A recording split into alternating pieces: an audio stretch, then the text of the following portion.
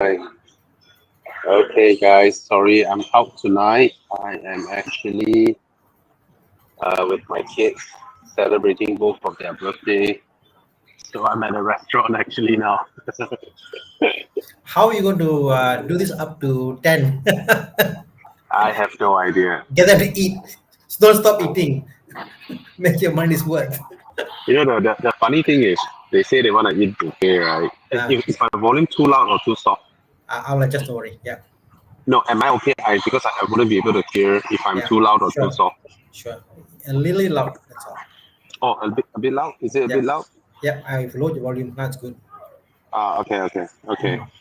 So they say they want to eat buffet, but me being the dad, I go and do Chinese mixed rice. I take some biryani rice and then take chicken, lamb, beef, soup, vegetable, and then I'm done already. I'm full. And then the kids go to the noodle counter. Mm. One take Maggi curry, one take Maggi soup ayam, then done already. What a waste, right? Huh? They come to buffet, but they don't actually eat. Never mind. The mommy knows how to buffet. Me, mommy takes the expensive stuff first. Yeah, Hmm. And I then take think wine. I think kids, the idea of all the food excites them more than the fact they eat all the food. Yeah, man. Yeah. Okay, we got some questions coming in. Let's just address them. Kevin Lee, hey guys, which is better? Let me just try to select this. Yeah. A CX9, yeah, CX9, RX 200, or a GLC 250 car, but the same price, RX 200, slightly more expensive though. Um, Practical CX9, isn't it? Instead of size, Yeah. Yeah. you know. Yeah.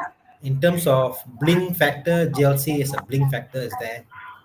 Yeah. Yeah. Looks RX Yes. is okay, low. Is that nothing grand about the RX? It doesn't do anything RX, exceptionally well. absolute peace of mind now. Yeah, you think so? Okay lah. Okay lah, exactly. Okay lah, Yeah. Yeah. Yeah. Yeah lor. But the thing about Mazda is that in today's market, there's so many Mm. Mazdas around. You drive a Mm. CX-8 or 9 or a 5, like, wow, another Mazda. So True. that's the only thing about the Mazda. So I think it's down to a question of practicality. What do you need? And yeah, they're all different purposes. The way I see it. Yeah. Okay, let's All right. move on. Come. Kiran Raj DP Nathan. Hey guys, considering buying a F10 535i. What's your opinion on that? Bye. Yes, bro. Fast, bro. Bye. Wow. Okay. Oh, there's maybe Kiran, you can PM us at Horizon because I think one of our viewers just dropped pictures of his 535i into our DM and say that, oh, can you let anyone know whoever wants a 535i? So maybe we can help you guys hook you guys up. All right? Yeah. Yeah. Okay. Ivan Lee has a question. Came across Custom. There's a 2021 BMW 200i Sport of 20,000 mileage selling for 140,000. Do you think it's worth it? Considering the money saved we used to repair. I mean, nothing to repair lah. First of all, it's a new car. Yeah, lah, you save 100K. Yeah, madness, Bobby. Wow, I mean, ridiculous. at the first place, whatever that it offered in that car, compared to whatever you can buy now at 140,000, right? But anyway, you go out, people will see, wow, BMW 2 Series. But then, Ivan Lee, do you know 140K you can get a G30 now? If I were you, I would buy a used 5 Series Mm, than a used 2 Series. true. Yeah. Hmm. But said that the 2 Series does look good. Um, Yeah. it looks good, minus the fundamentals behind the car. Yeah. But he can also get a G20 or 140K now. True. Hmm. Fundamentally, it's a better car. That's true. Yeah. Yeah. Yeah. Joel Lee asked, hello, 2018 MX5, 115,000, 80,000 mileage. So, okay, deal ND1. Fine lah. MX5 MD generation. You just sort by price and then buy the cheapest you can find. Yeah. Don't bother about the mileage. It's a Mazda 3 engine. It will last very long. Yeah. Hmm. Let me see. There's a question about how expensive to maintain C200. The hybrid battery is least of a concern. I mean, the battery is I don't think it's a concern of the battery, but it's more of what happens in 5 years, resale value, Yeah. prices. That's just more the issue. We worry about that. Yeah. Kai Jian. Hey Sifus, I'd like to know, I can plan to change cars every 2 to 3 years. Should I borrow a short-term loan, say 5 years, or longer-term loan, 9 years? Need advice. Thank you. So I plan to change cars every 2-3 years. So interest-wise and repayment-wise, if it's a 5-year loan, on the third year you can sell and almost break even on the car. That's how normally it works out, somewhere just above halfway point, but then also it depends what type of car you get. If you get a stupid car, then the price will drop heavily. Yeah. But yeah, generally, if it's 2 to 3 years, you're kind of forced to take a shorter term loan, 5 years. A 9-year loan, you won't be able to cover the installment. You gotta pay out of pocket. I think if you plan to change cars every 2-3 years, right? Maybe you buy cars that are, let's say, 4-5 years old. 4 or 5 years old, right? They would have depreciated a lot. And then if it's a popular model, 4-year-old or 6-year-old, the variance is very small compared to a new car versus a 3-year-old car. From new to 3-year-old, the changes, the losses that you will incur is huge. Or for a 7-year-old to 10-year-old car, the variance is huge. But if your car is about 4 to 6 years old, right, there is much lesser movement in price. It will still fall, but much lesser movement. So you lose the least. Yeah. So buy a 4-year-old car and then you sell it when it's 6 years old. Okay? Yeah. That's my advice. Yeah. This one. Cayenne diesel 958 below 100k. Really, below 100k already, It was 130 already. Tana, I'm gonna leave you alone for 5 minutes first. I Sure. blow candle first. Can. Okay, I'll sing happy birthday song and blow candle first. Alright. Sorry, guys. No problem. I'll put you out. 1 second, Bobby. Okay, so the question was Cayenne 2011, 2014, 958 diesel below 100k now. I'm not sure the pricing though, but it is definitely a reliable vehicle. Not much to worry about. F15 X5 diesel. I think it's about 80,000. I believe I think it's gone down. The X5 diesel. Comparing the two, I would go for the Cayenne. I think the Cayenne is a much more reliable vehicle than the X5. They're both equal level, but resale value after a long time, where the price will stay. It's about 80k. I've seen 80k. Someone was selling for 80k. So the Porsche will hold the price better. Go for the Porsche, Yeah, and the Porsche engine, if you think about it, it's actually a Porsche engine. It's actually an engine from VAG. It's a VAG. So it's either a VW engine or a BM engine. And in this case, I'll go for the VW engine. Okay, hope that helps. Come, next one.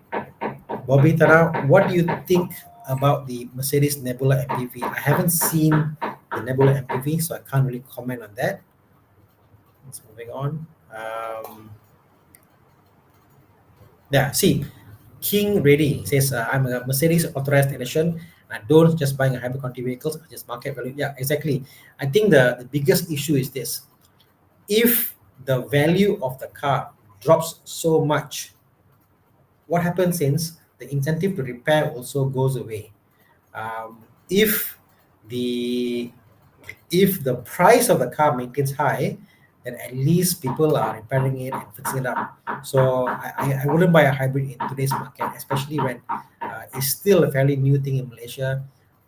Repair shops are not really abundant as much. Everybody's replacing parts and not actually repairing them. So hybrid used, if it's still new, it's fine for a couple of years of usage, but not for a long term use.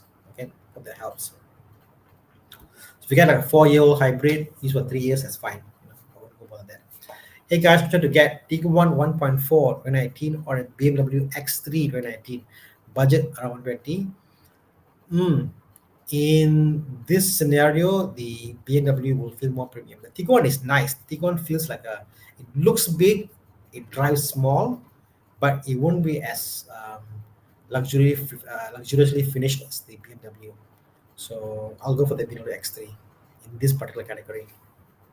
Okay. There's a question for Bobby on JQ. I'll let Bobby answer that. How about a 1999 E39 523i M22 TU with 28,000 mileage? Wow, wow! You actually found a car with 28,000 mileage. I, you know what? That's a great deal if you can find one. But I think the whole issue about mileage is that on the BMWs, you could change the meter and show a different mileage. So I don't know whether how true is the mileage of the car. What I would do is actually look at the car's condition. Don't look at the mileage. That's condition. Look at the seats, how worn the seats are, and then base your judgment on the mileage based on the seats and everything else in the car. Not by just the odometer. In terms of preference wise, the in E39 it's all about interior. The interior is good, everything is there, it's all the fittings, the buttons are all complete. The car's worth more. Not so much when the mileage is low, but the car's interior is rubbish. Okay, M54 engine, okay, it's a better engine, but the M52 TU is pretty much exactly the same as M54. They're the same engine actually. TU just means it's a division, and it's a slightly older engine. Okay, but they are fundamentally the same thing. Never get a 6-year old. Everything you do for a change. Yes and no. What I would do is, like for example, if you get a car from BMW, example, the warranty ends at 5 years. The owner normally will go back to the Auto Bavaria, or they go back to their auto center to um, Welt, for example, Millennium Welt, and they get everything changed out.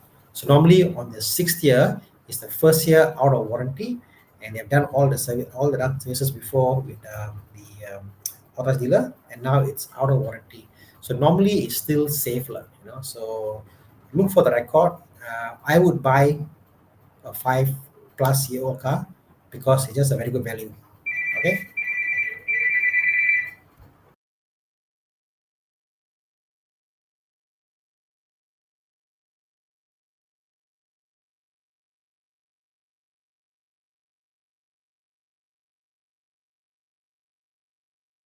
Hey guys, give me 1 second.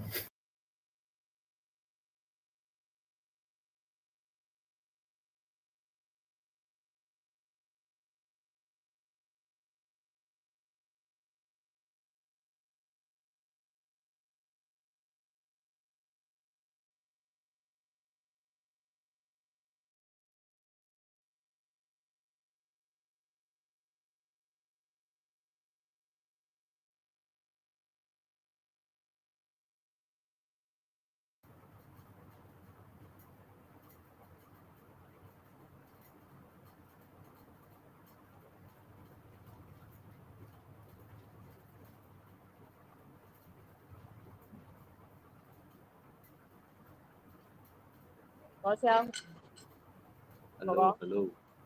Why I got no sound on? Can you all hear me? Can you all hear me?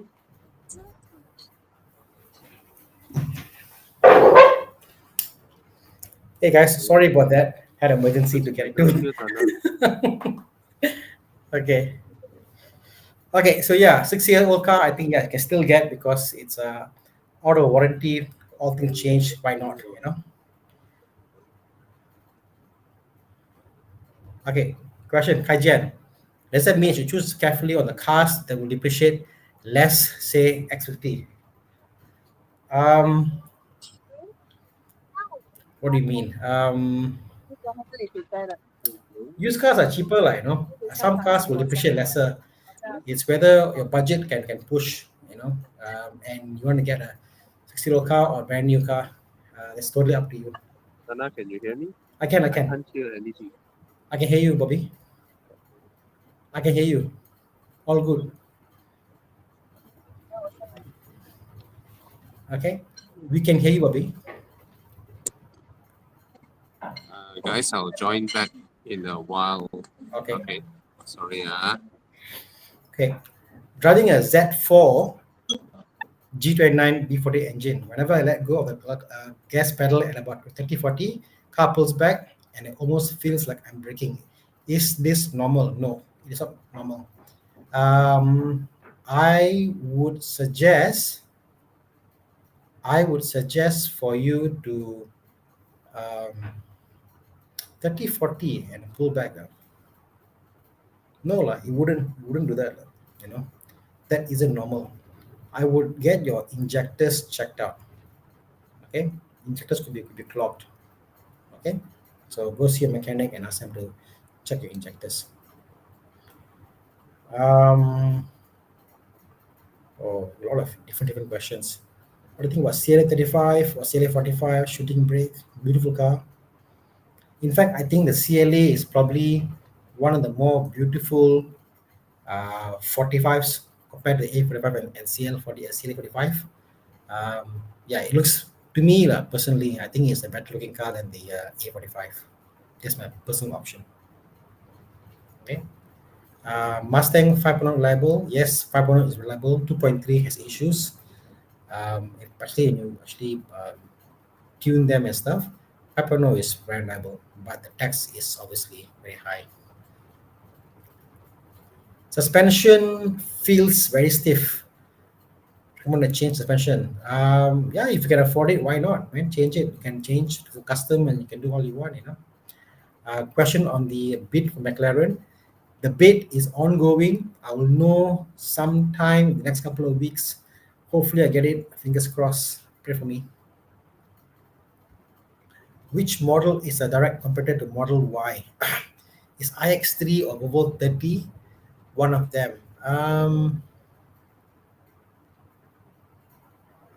don't know. EV, I think it's a very different proposition because having a very large vehicle, a small vehicle in the EV world doesn't make a difference because the power, the torque is so high.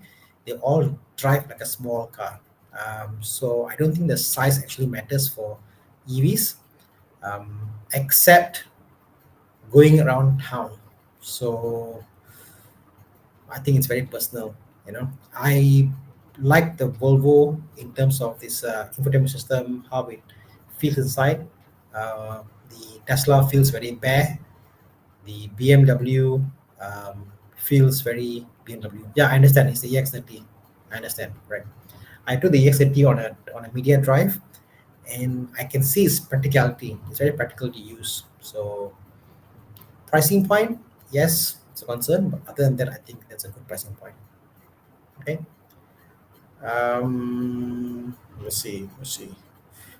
Pigu Pro Max asked a question. I'm not sure what's the question. Hi Tana, which is a better buy? What's your question again, Pigu? Can you just repeat that again? Okay. Um, oh, which should be better buy to leave the car in JB, work in Singapore, want something reliable? Lexus, Mazda, or Camry? Wow, all reliable. I'll avoid the Mazda because Mazda's gearboxes, if you don't drive it often and service it and stuff, um, yeah, I wouldn't get the Mazda. You know, I'll get the Camry or the Lexus. You know, Kevin, you're right. BYD is a competitor to Tesla. Okay.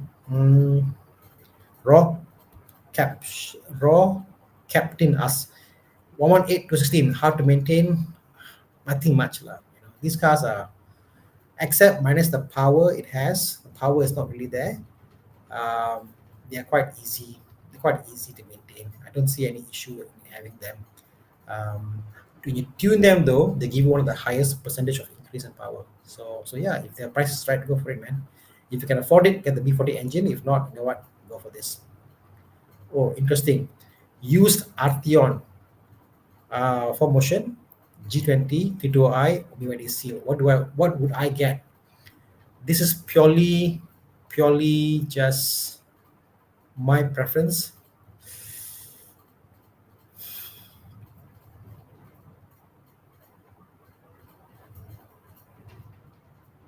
BYD Seal is beautiful.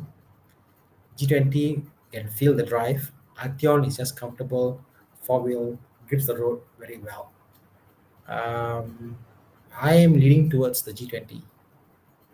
Yeah, personal preference, but for me, my first pick is the G20. Second pick is the Seal. Third would be the Arteon. Just me. Quick question: Civic FD or Inspira? FD for sure, any day. Skip the Inspira. Fresh grad, what do you think about BMW E90? It's so cheap now. Is it a good upgrade from Myvi, or save up just to get the F30? And which range should I go for? Diesel, for daily, or petrol? Okay, the pricing point, I would say cheaper. I think low tens you can get E90 pre-facelift. I think low tens, yeah, I will get E90 any day. If you're buying late model LCI, like the one I had, the E90 323, it's like 20 odd thousand you can get now. I would say save a bit more and go for the F30. But the F30 pre-facelift will be a bad interior compared to the E90 facelift. So if you buy the F30, you got to go on Shopee, Lazada, go on F30 interior, trim, select all, buy, change all the trim pieces, the door handles, the center console, the cup holder, all that pieces will fail on the pre-facelift. You got to change all those stuff out. Variant, diesel, daily or petrol. If you can get at least 60 kilometers per day, get the diesel. It's beautiful. It will last you a long time, no issue whatsoever. If you can't do the mileage, petrol is just as reliable. Go for it. Okay. Sana, am I loud? Am I loud? I can help you adjust. 1 second. Help you adjust volume. I'm speaking very, very softly and good. I know your mic is good because the mic is picking up the volume compared to the exterior ambient okay. noise. It cuts out. That's why.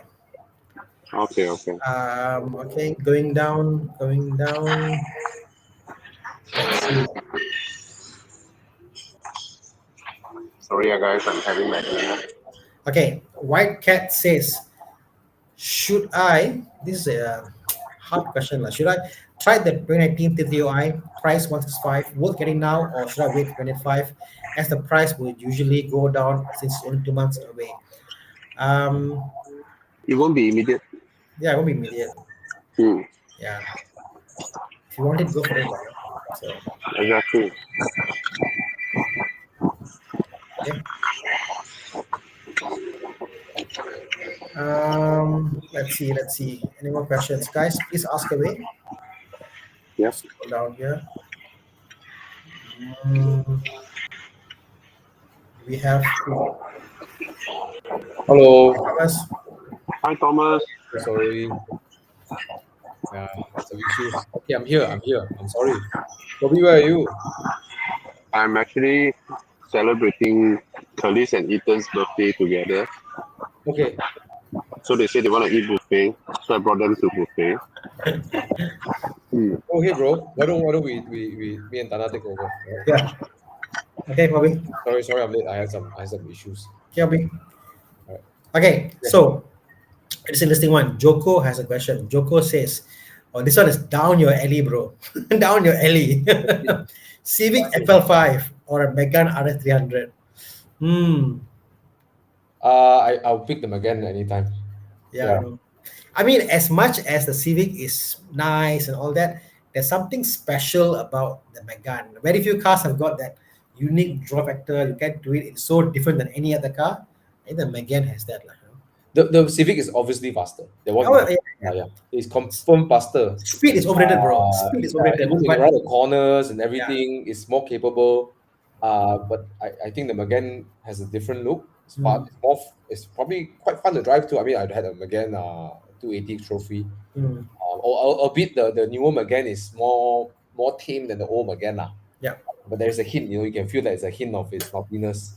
yeah, Whereas the FL5, you have a lot of fun in the power delivery, yeah. but in the mid corners, it's like very close, I drove Corbin's Megane, and there was I can feel a torque steer, and it's so much fun driving the car.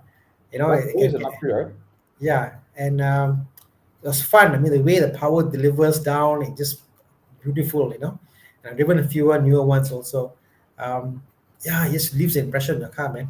Yeah, the Mark III, which is the one you drive, it's a bit edgy. You can feel Edgy, yeah. very edgy. Like you can feel like if you don't treat it well, it'll kill you. Kind of It's thing. brutal. Yeah. Whereas the RS300, which is the 4-door one, the one after this, Yeah. is more. It's not so edgy. There's still some edginess when you push nearer to the limit, it starts to show up. But anything before that is just very easy to drive. Then at the limit, you'll start to show the edginess, which is why I'll pick the Megane RS 380. It has character, lah. Character. And Sunday I was driving a Genting, and I bumped into this group of sports cars, supercars, and it was Porsche turbos.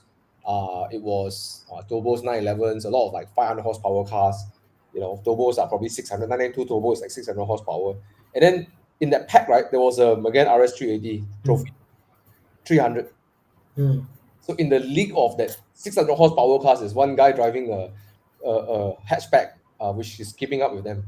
Yeah, that's very capable. Yeah, it's very capable. This is a long question. Hope you can shows up. Hey Tanan, what do you think about the F30 LCI 320i Sport line?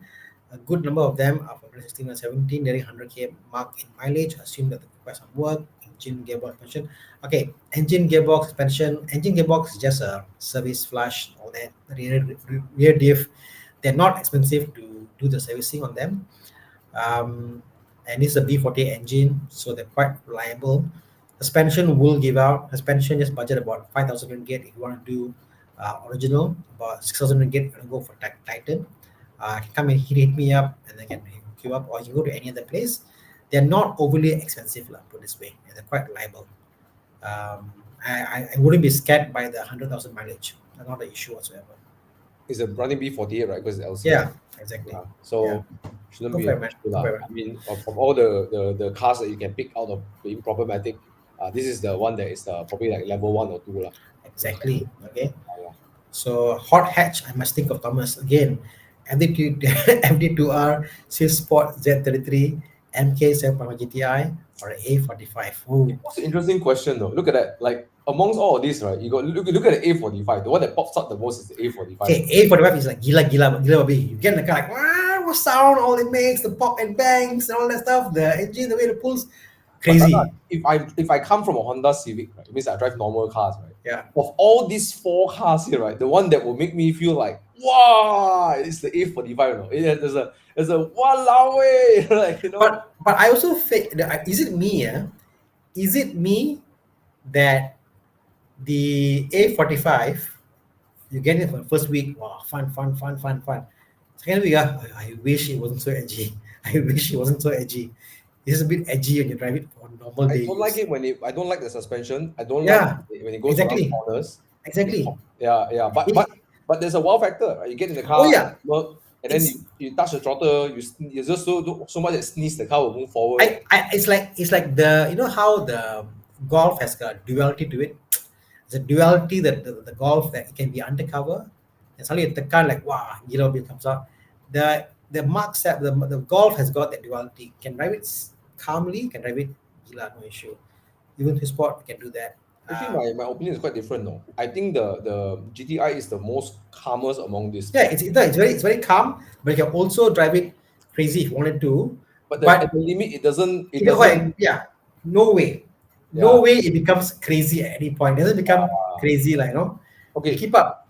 Let's dissect this question. Okay. Right. If Xia Wei Chun. Okay, if it's your first ever like, you know, you want something really special, I think I will go A45. Maybe after 6 months, 1 year, you don't like it, you can sell it.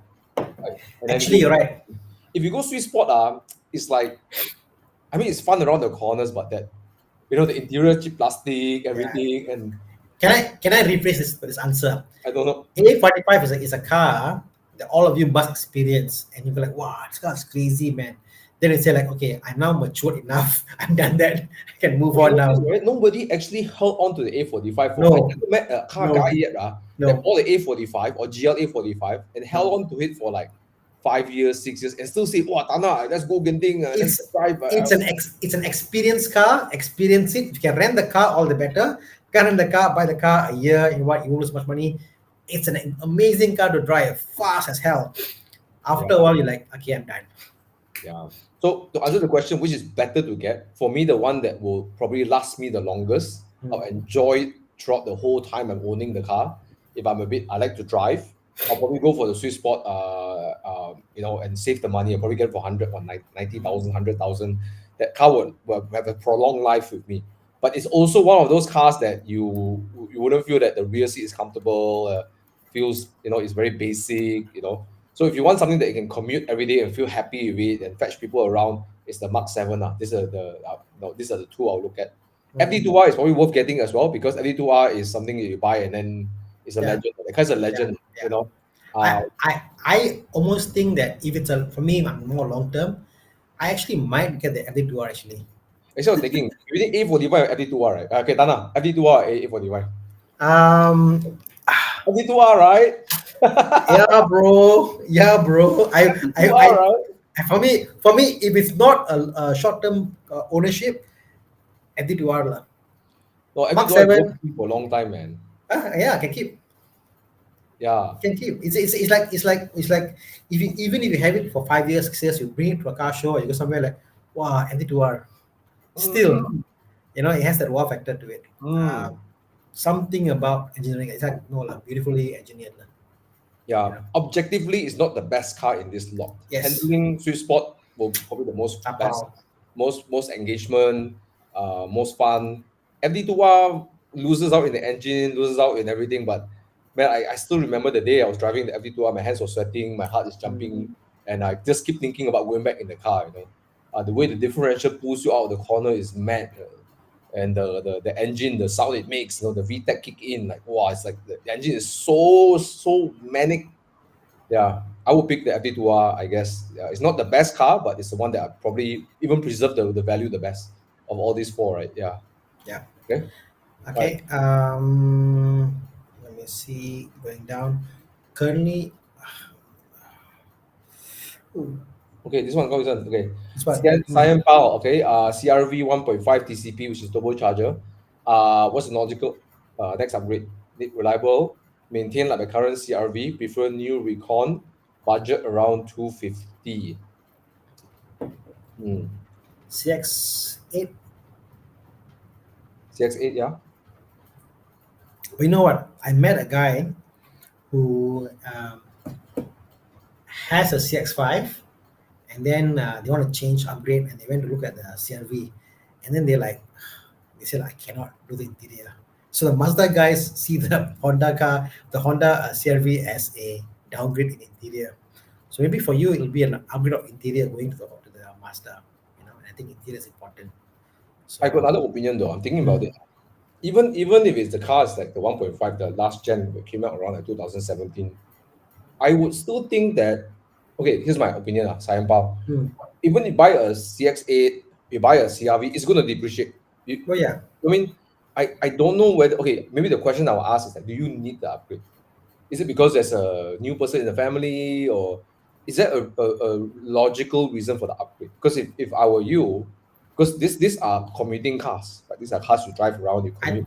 I think it's just that they need that form factor, the CRV SUV family SUV form factor, and it's been a while now. Something but change, you want to go to a different car. That's about it. Purely a change. Yeah, just a change lah. Then then you buy another car, you depreciate again. Yeah, they're fine with it. They're fine with it. People my suggestion may be a bit different. Right? My suggestion, Cyan Power, maybe something. So you got. If I were you, there's two. One, I'll keep the CRV. and just keep using it. Because for me, it's like, okay, commuter car, keep using it. It's reliable. It's not a car that will give me super problem. I want something just like my CRV, so just use the old CRV lah, and then save the money, go invest something, or get a car. But Thomas, like, see, for Wait, me what? as a family man, I want that refinement. It's not a computer thing because Yes. stop there. So I got another suggestion, Tana. So rather than looking for something like just like your CRV, just like that, okay, the other extreme I could go to is get a Porsche Cayenne, get a second-hand Porsche Cayenne, right? It's around you can get a turbo diesel 3.0 for 160,000. You know, don't get the 201, get the one that's the LCI one, right? 160,000 something, right? Then you got a whole new experience, right? Sure, is it as cheap to maintain like a CRV? Of course, the answer is no. But you will feel like, hey, I've entered the echelons of Porsche. You know, this is like different category lah, right? So yeah, you can go for the 3.6, but I'll try to look for a 3.0 turbo diesel. You know, look for the 3.0 diesel if you look for one. They were hovering around 170, 160. 2016 models, you know, 2017 models, the price will come down a little bit, right? So rather than getting a CX-8 or getting a new CRV or something, mind you, these cars depreciated from what 800,000 to 900,000. So you're buying a 900,000 ringgit car, and don't look at the years and think like it's 2018. The interior holds up very well, you know. Yeah. But I wouldn't recommend keeping two cars of the same. This is my opinion, lah. Keeping two cars of the same form factor. No, so you sell the CRV, get something like this. Go, look for 160. You can hunt around lah. Go for the hunt for 160. No, don't get this. Don't get the 3.6 problematic car. Get the 3.0 diesel. You know, 3.0 diesel. Hunt for it. Hunt for 3.0 diesel. Yeah. And then you will feel like, wow, power is up, torque is up, right? You drive a proper 6-cylinder. You know, but mind you, it's an older car, lah. You know, there will be things to come in place. 2017 CRV, you jump into this one, you'll feel an upgrade. Obviously. Yeah, you feel a huge upgrade in the right quality, in the way the door opens and closes, in the way the steering feels. Yeah, everything feels like a marked upgrade, not even a small upgrade, a marked upgrade. There you go, 3.0 turbo diesel, there you go, right? There are a few lying around the market. You go there, offer 160,000, right? 2016, okay?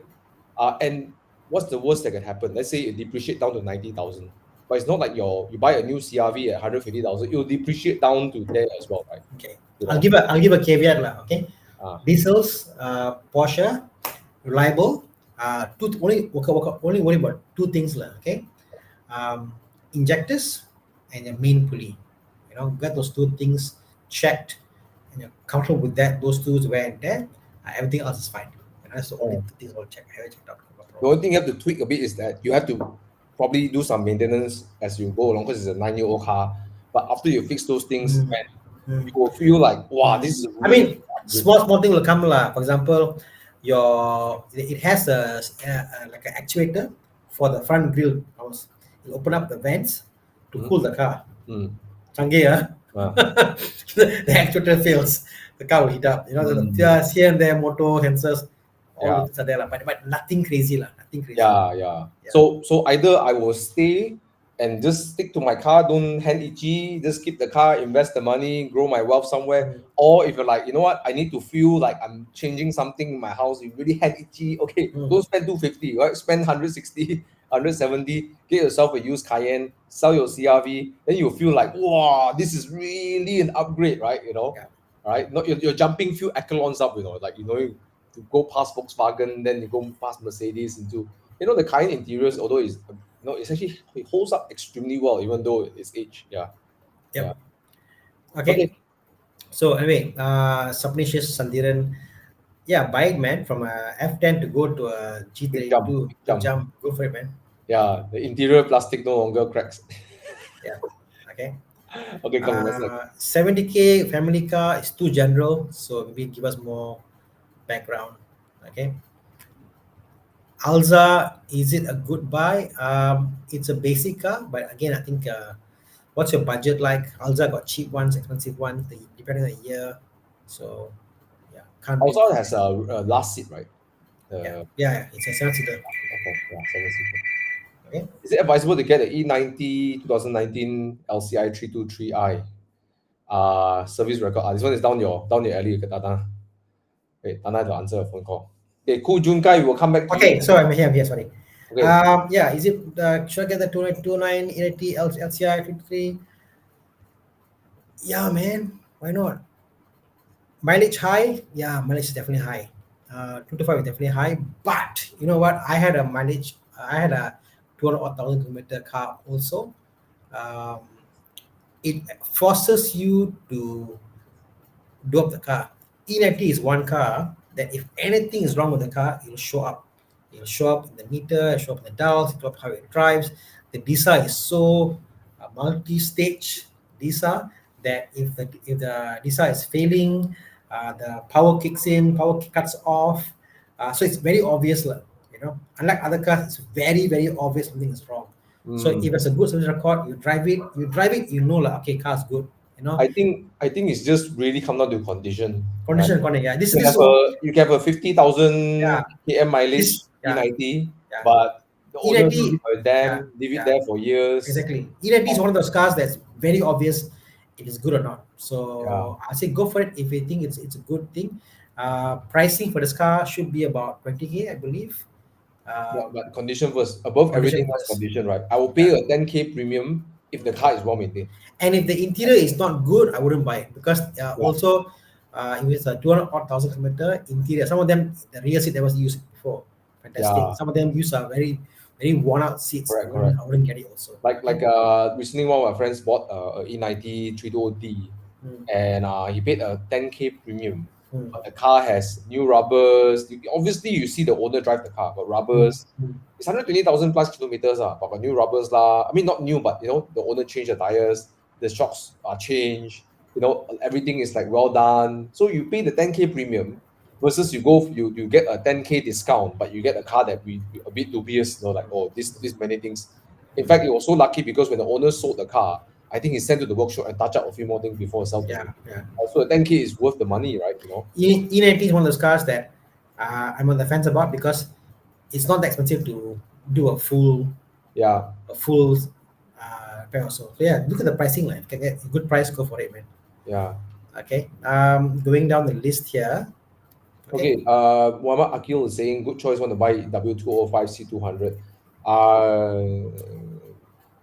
Look at BMW. No lah. Okay. Honestly, as a first car, I think it's fantastic because it looks beautiful. It's pretty. Nothing overly scary about the car. I understand because there's an allure about Mercedes. How much is good that? Yeah, can you look around? How much is it? I think it's 140,000, right? Around there, right? Yeah. But it holds value a bit better than the 3 Series. I think. Oh yeah. But you know what, Thomas? Think about this. Do you know? I think for last 10 years or 20 years, BMW is the highest selling luxury car in Malaysia. Really? Yeah, BMW is so there's more BMWs in Malaysia than Mercedes. So 120,000. Yeah, I wouldn't pay 100 or 1,000 for what's the price again? Yeah. You can't see. Look at that. 2015. Oh, it dropped, yeah? Really dropped, Okay. Yeah, similar year F30 will cost you about 51,000. Yeah, lor. Yeah, so to me I think the F30 is a better value for car in terms of engine, delivery, horsepower, the way it drives, all that. But the way it looks on the road, I think the Mercedes looks better. Although I have F30 myself, I just think that there's something about the Mercedes how it looks. And the C class more comfortable in the rear seat lah. Rear seat more comfortable lah, correct. The cheap leather kind of feeling. The leather is hard. You know? F30 leather is hard. Yeah, F30 leather is hard, right? You feel like, then you get into the okay. F30 is great for people who are small size, like myself. To get in F30, the seat to me is comfortable. It's enough support. Anybody who's large frame, they find seat lah, whatever, you know. So if you're like me, a small frame guy, you know what? It's totally fine, Thomas. Okay, which one feels like you made it in the F30 or the C class? W205. Okay, this is very important. Me being Indian, okay. I drive my BM, I go out, they see me, guy in a BM came ready. I go in my Mercedes. Okay, businessman come ready. So the look people give you, like you made it. Is more in the Mercedes than the BM. But even the interior, I mean, I know there's some tricky parts about the C class, but at least the seat, the leather feels like, it's not the hard leather. But all those, okay, you go to DK leather, 3,000-4,000 ringgit, whole thing becomes napa leather. Yes, no, I'm serious.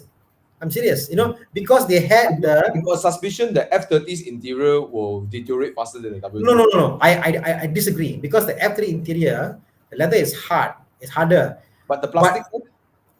F30 facelift is perfect. Pre-facelift is bad. Facelift is beautiful. So, if you want to get F30, go for the facelift. Yeah, my car is a facelift, beautiful, perfect, no issue. Pre-facelift, yes, I agree, is bad. Yeah. I don't like the way the Merc drives, It's simple as that. Nobody. I don't think a lot of people like it. But it's a Merc, and if it's the pre-facelift, if you can go for the facelift also, because the pre-facelift gearbox is a bit cool. Don't quite like it. Yeah. See, gearbox, engine, the way the steering. No place to put your left leg. Left leg. So fundamentally, the BM is a better car. Yes. The only thing about the Mercedes is the interior, the ambient lighting, the meter, all that is prettier in the Mercedes. And the 2-pointed star. Oh, you go there, you put the key. Oh, Mercedes key. Mercedes Benz, best or nothing. Nothing is it?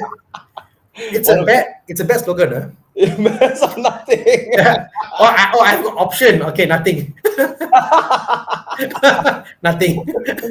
So bad later Mercedes don't send Horizon and New Plus. Okay, John, you sorry, you pick the wait, 2 years from now, SL43. Oh yo. From now on, 2 years, the 992 is a better daily No fight really Yeah. As much as I like something else other than 992, the 992 is those cars that you drive it, right? You cannot fault the car. You cannot come out and complain about the car. You drive it. You say you hit the turbocharger, then you get in the drive. It's like you cannot fault the car, right? I just did a review with a Cabrio, a 992 Cabrio C2S.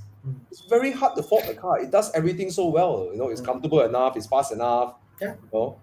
It's sporty enough. I don't think I think it's fast, lah. I think it's fast, lah, bro. It's not fast enough. It's not fast enough. It's very fast. It's very fast. Okay. The reason why Thomas says it's fast enough is because you don't feel the speed in the car. Then you're like, wow, I'm going this speed. You know what I mean? Some cars feel fast. Some cars go fast. But 992 goes fast. But it also explains how good the chassis is. Yeah, exactly. Like you drive even at 500 horsepower, it's like the chassis can take more. It's like correct. No problem. The chassis can take more than 500. It mutes the speed sensation because there's such a good chassis. And then later you dial it back to a traffic going in the car. It's like, very nice also. Nothing. Yeah, it does everything so well. My first experience driving a 991 when the Tesla came out was that I could be in a Golf and it'll be the same in traffic because it's a comfortable, like it's not a sports, it's not a supercar, it's just a comfortable place to be in. It's just a normal car. It feels normal. The 991 onwards, the Carreras. Carreras. I'm not talking about the turbos or the GTs. I'm talking about Carreras. They have a GT kind of quality already. It's like the car that you can long distance drive. The car doesn't tempt you to drive it hard, right? It doesn't tempt you to drive hard. 997 you feel naughty. You feel a bit naughty, So but it's a good thing. I think it's a good thing because the Porsche sells more cars, which means you have more money to make GT cars and stuff, So, but 2 years from now, quick answer. I think both me and Dana agree the 992 is a better daily. Yeah. How nice to say, what do you really are, 992? Walao way. Yeah. You haven't made it, man. But I would look at the SL43 because it's special. It's just special. No lah. Right. But I'll go 992 lah. Hey, John, there is the Cabrio. Yes, I do love drop top, but it's like the Cabrio. Looks like a camel hump. You're right. I also don't like the Cabrio. It's up to personal. I know a lot of my friends like the camel hump. But John, even though I don't like the camel hump, I will still go for the Cabrio if it's my only daily sports car. Yeah. My daily car, I can go camping. It adds another layer of usability. Yeah, and you know what? When you're driving the car, you don't see the camera hump. Cabrio 911 doesn't look good as a convertible with the top up. Yeah. Top down, who cares? John, if you're looking at the Cabrio, there's one at sale at Consign Cars. I think it's a damn good price. It can still be nego, but it's the same price as what you will pay for a 992, but it's a Cabrio, right? So yeah, I think it's 700 something. Yeah, 700 plus. You go and make a good offer. You want I can introduce you to Dave, the guys in Consign Cars. I think that's a really good car. I did a review, John. You can go to my channel and check it out. I did a quick drive on the car, right? Yeah. Nothing to overcome. John, once you get in the car and you drive with the wind in your hair, everything, right? You overcome already. It's like that's how you overcome it. Once you get the experience of the hair and everything, you're like in the wind and everything, it's like okay, overcome it. Either you love it or you hate it. When you love it enough, then you forgive the whole looks. Yeah. Okay. So the King Reddy is actually someone who works in Mercedes itself, and he's been in G30 and worked on 213. I think in every way possible, the BMW handles better than Mercedes. But the G30, the ride is so bad. Why? Oh no, wait, that's G30. Sorry, not G20. Okay, G30. Yes, G30. But even G20, Thomas, it's only the one particular spec we got with the suspension, M suspension. That's only, and it's an issue. We can always go to market, change it out. And yes, I know, but the G20 is unnecessarily steep. The 3 Series. No matter what you do, the Mercedes. But the 5 Series, no, G30 to the W213. Yes, I agree. The G30 is a better car. Yeah. And whatever you do to Mercedes, you still feel the sharp turning angle and all that stuff, right? White Cat. Wondering how much will it be? Wondering how much will it be? Wondering how much would be the cost to maintain a 5-year-old G20 TTI? If standby fitting care of getting the car will be sufficient, what are the maintain car for pre-inspection? So there's nothing much, honestly, because the beauty thing about 5-year-old cars are, my recommendation is go for a car that is just like 1 to 2 months more away from expiry of the warranty. Then you send the car into Auto Bavaria, go see the guys, say, hey, how are you? Buy them a nice hamper, talk nice with them. They'll claim for you a lot of things under warranty.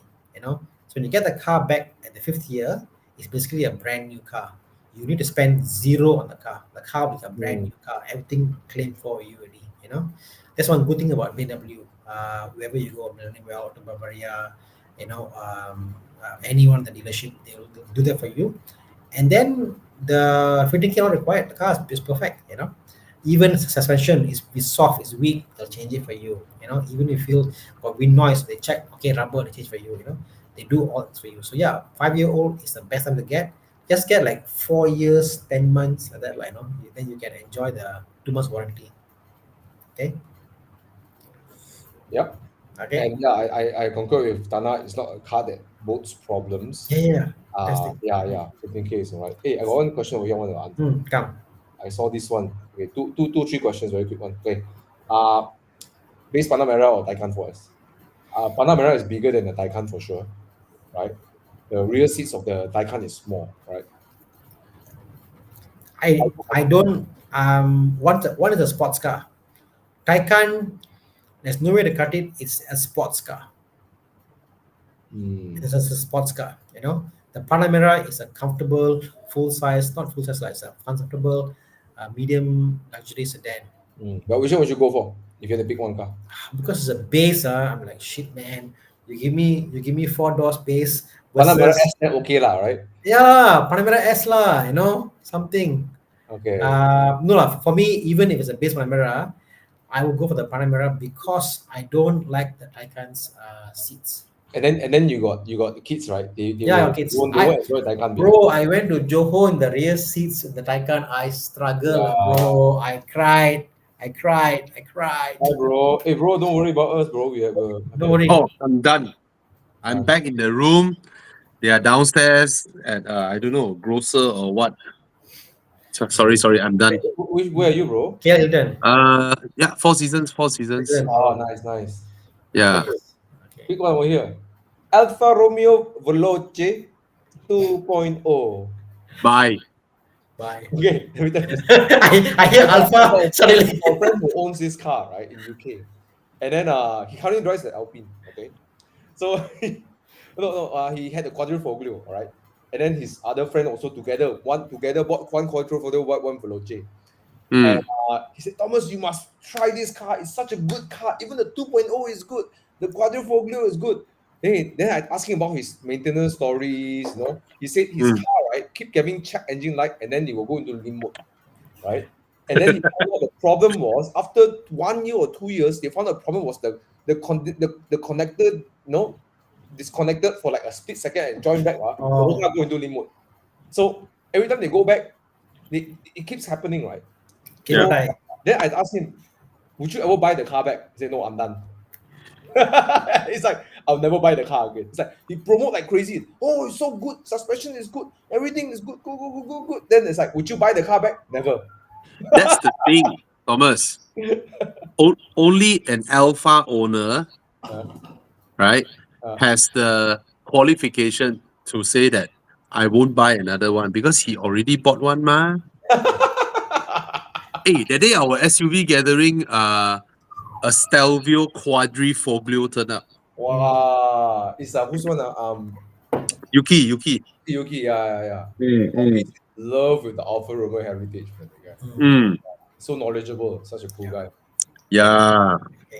Yeah. No. But yeah, I mean, Patrick Lam, if you like it, go for it. But you know, just make sure you know what you're dealing with. It is a car that irks, you know, Italian. Italian. Okay. And getting in out of the car be difficult. That's why I heard. Okay. Now, earlier we had a question about those four cars, right? The A85, FD2R, the Golf, and then whatever.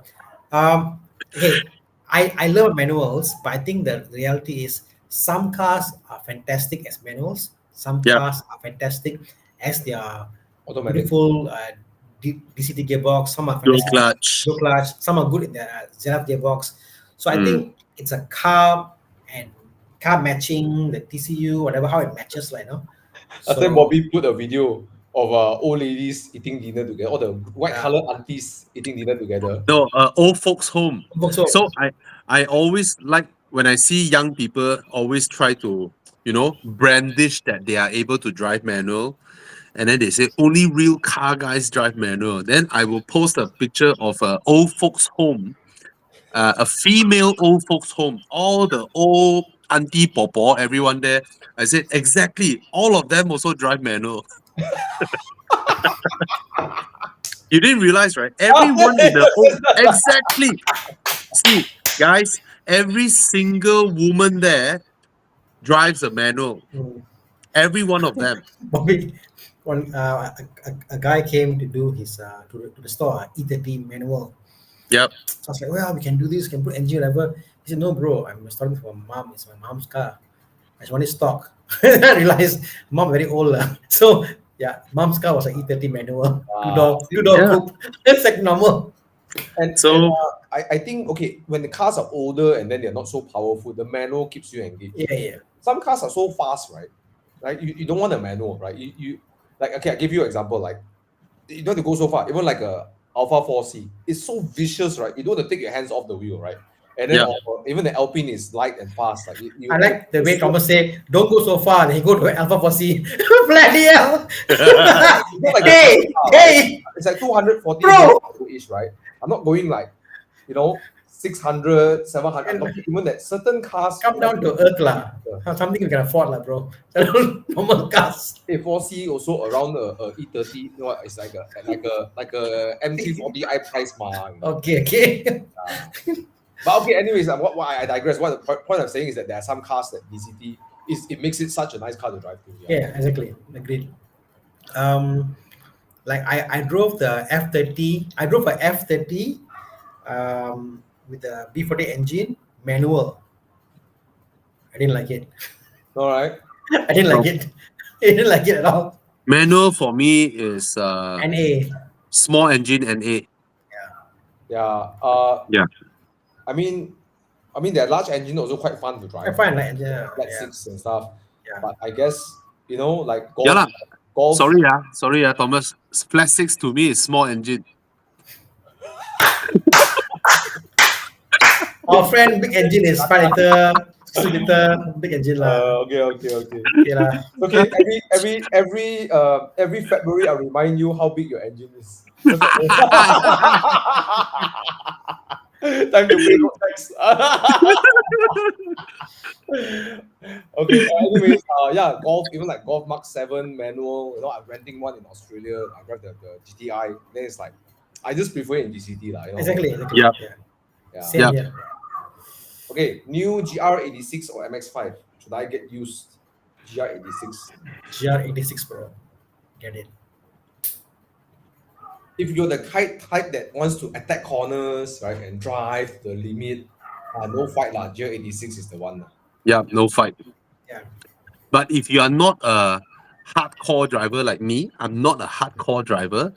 I would say that MX5 gives me more duality of usage lah. But the But for the GR86, price for MX5, there are other cars to get if you're not into the driving. yeah. GR86 GR86, or whatever. No? yeah, GR86, it will only shine when you drive 710s. Yeah. You know, if you drive normal, drive 510, 610 like that, it won't shine. It won't be so obvious compared to MX5. Yeah, MX5 you can drive 2 out of 10 and still enjoy the car. Yeah. You can drive slow and you still enjoy the car, right? The GR86 you drive slow, you're wasting your money, but it's not expensive lah.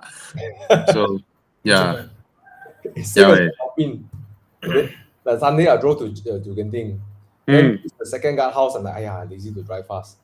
Then you got one bunch of cars all catch up. All all these crazy gila Barbie cars catch up. Then I'm like, then I see them go fast. I'm like, yeah lor, my Alpine must go fast to enjoy. Yeah. Whereas my Spider, I can go down at 60 kilometers an hour and still enjoy my Spider. Yeah, you got sound, you got wind, and you got a manual gearbox to roll the gears. Correct. Whereas the Alpine is like, okay lah, must drive hard lah. Right? Yeah. Yeah. My dream manual is your car lah, bro. I just realized one thing. My dream manual is your car. I'm gonna upgrade the gearbox. Yeah. Why? To what? We're gonna drop in the Close ratio. 3-4-5 closer ratio, and then sport clutch and lightweight flywheel. So the engine. The sport clutch, once you put it in, the only thing is you gotta shift faster lah. Yeah. You drop faster, so you gotta shift faster to. And the lightweight flywheel, same thing. Yeah. Yeah, but it's not the racing clutch, so got no lodging sound. Lodging sound. No. I'm divided because I've had like clutch launching before, so like so it's just. So Bobby, the car finished. Try the car after it's done. Yeah, man. You know what? That day, right? I mean, okay, not that day lah. I'm always on Muda lah, right? And when you balance between price and what you get experience-wise, no other sports car or supercar is better than your car. Wow, None. They so nice, are you? No, really. When I was looking through, okay, price is a factor, right? Price is definitely a factor, man. You tell me, wow, this car is damn short, man. Which? Oh, the Gordon Murray T50. Hey, fuck you lah, that car, right? 15 million. Right? But for this price, 600 plus thousand, right? Wow, the engine, the package, the drop top, the manual, everything in the sound, The nothing. also, Yes, nothing beats this car. Nothing. Right? I'm so happy. One of my one of my Instagram followers asked me. He's a Singaporean. He's like, should I buy a 992 or buy a Spider? It was leading to 992, and then I said, just go and try the Spider. I'll get the Spider over a 992. Straight away bought the Spider. Then Exactly. Wow, like Exactly. Yeah. 992. Yeah, I mean, all three of us have driven it. It's like fast, lor. It's a good car. We had the same discussion half an hour ago. It's fast, lor. Fast, lor. Just very, very fast, lor. And cannot fault the car. Nothing to fault. It's so good. But then after you park the car and walk away, then it's like, okay lah. Yeah, lor. Yeah. It's just fast. I mean, I've driven it a few times. It's forgettable. Hmm. Provided Well, well, you are a gila babi, you dive into corner at 220 km/h. Different type of people. 120, you kiss the wall. You got in the wall. But yeah, I Right? mean, I can't wait to get the upgrades done. It's a very tight schedule, but yeah, I'm looking forward to get the whole upgrade. Now it's at Mike's garage. We're fixing up the suspension. Then Yeah. it's a one whole month of work lah. So let's hope we get it out in time. Yeah, time to give it a new lease of life lah. I mean, I like the car. Just want to give it something unique, so when I go back, got something new like that. You should have done the red top. I cannot tahan the red top like McDonald like that. No, I it's think- as a change only. I think it's a. I think. I think it's a cliche. The whole white car red top for Porsche is a cliche. Red interior. It's just typical. I mean, it's just No, overdone. No, you. Okay, Tana. I prefer black top. It's just that Thomas have had his black top for the past 5 years, Yep. and his top is ripping off already, Mm. and he need to spend 30,000 on the top. Okay.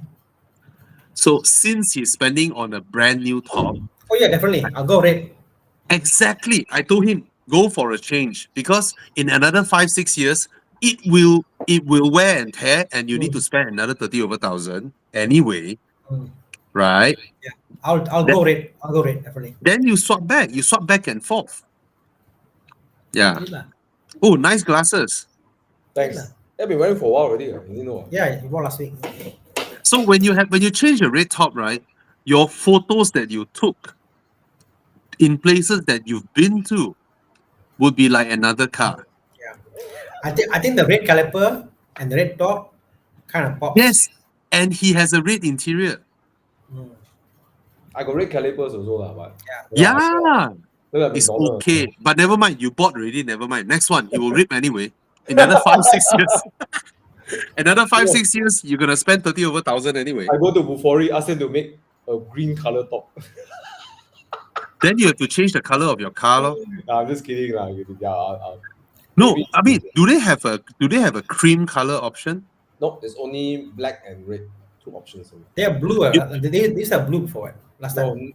don't have for the Yeah. spider planning. Spider part, lah, yeah. the car don't have. Yeah. I mean, you Actually, don't- I look at my BMW's top, right? I was like, if I can get a cream or a white color one, right?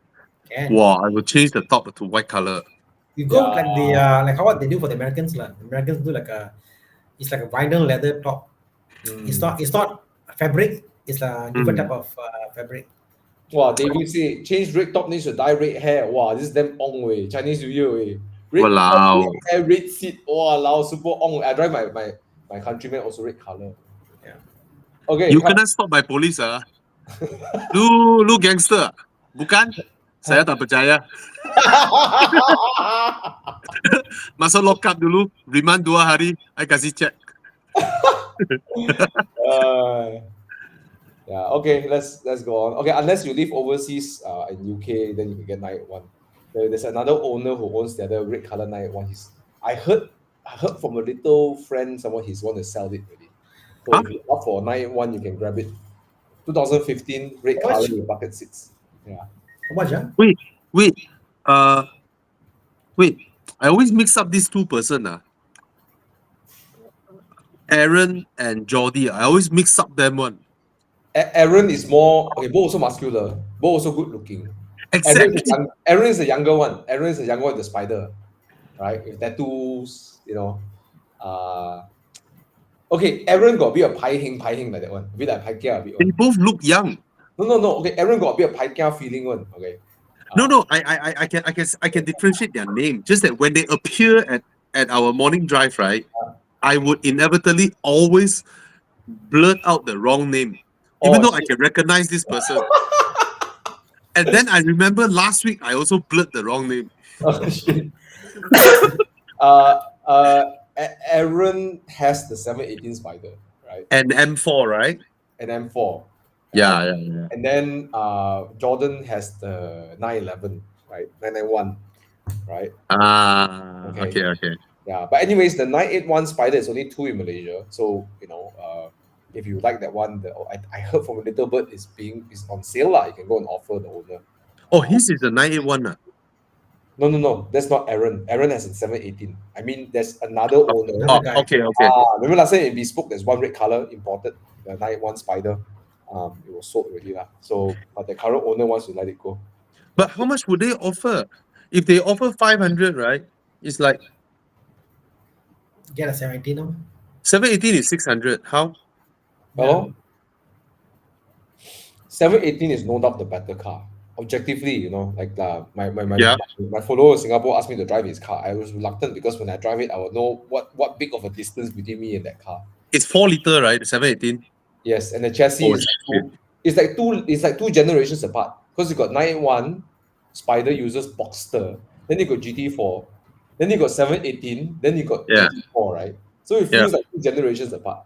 I was driving the car, I lift off, the car rotate. I'm like, wow, so nice. I wish my car can do this. And then they come out from the U-turn, throttle until the car's like slightly coming out. It's like, wow, wow. I said, don't let me drive this car anymore. Don't drive it. I'm reminded the 911 is good, but you're reminded how far the 718 has gotten. I like this car. But then there's one thing about the 791 is the engine sound. It's more raw the engine. But can do, right? 718 also can No, the older engines have got more rawness to it. The new engines is more refined. The injectors, the way they recycle the fuel, the exhaust, everything is more refined engine. Is more they optimize for more power so the headers are smaller, so it's more trumpety. The sound is more muffled. 91 didn't care too much about extracting maximum power, so the header is bigger and fatter, so lose compression, whatever lah. It's okay. It's naturally aspirated. Nothing a straight pipe cannot help. It made it worse. But it's hard to justify 500k or 600k for 981. I'll be honest with you, it's hard. It's very hard. But for 718 for 600k, such a good car, right? Bobby, offer 400k, right? Offer 400k, convert your 911 to a. Think about it. 400k. Yeah, offer your 911 400k. Okay. Swap with that 400k. Okay, what? Anyone want to buy 400k? Bobby should take his 996 and then swap in the 3.8 DFI engine, right? Oh yeah. And then put in the manual gearbox, like who's that?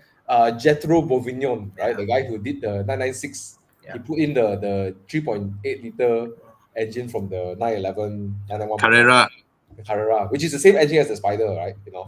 Yeah. Your car just needs a manual door. It's just so different. The interior doesn't match the exterior. Yeah. Your car needs. I checked the GT3 engine is like what, 40 over $1,000 US, right? Really? Yeah. 40 plus $1,000 US, equivalent to the car price. Oh, look the interior. Yeah. Okay, if I were to swap in an engine, I will swap. I mean, one day. His car is ugly, bro. Jethro Bovington's car is freaking ugly. The color is ugly. The seats are ugly. He's a pretty good journalist. I like his. Oh, I love him. And maybe fashion style not his strong suit. He's a British man. Yeah, like Henry Catchpole. His hair is like. Yeah.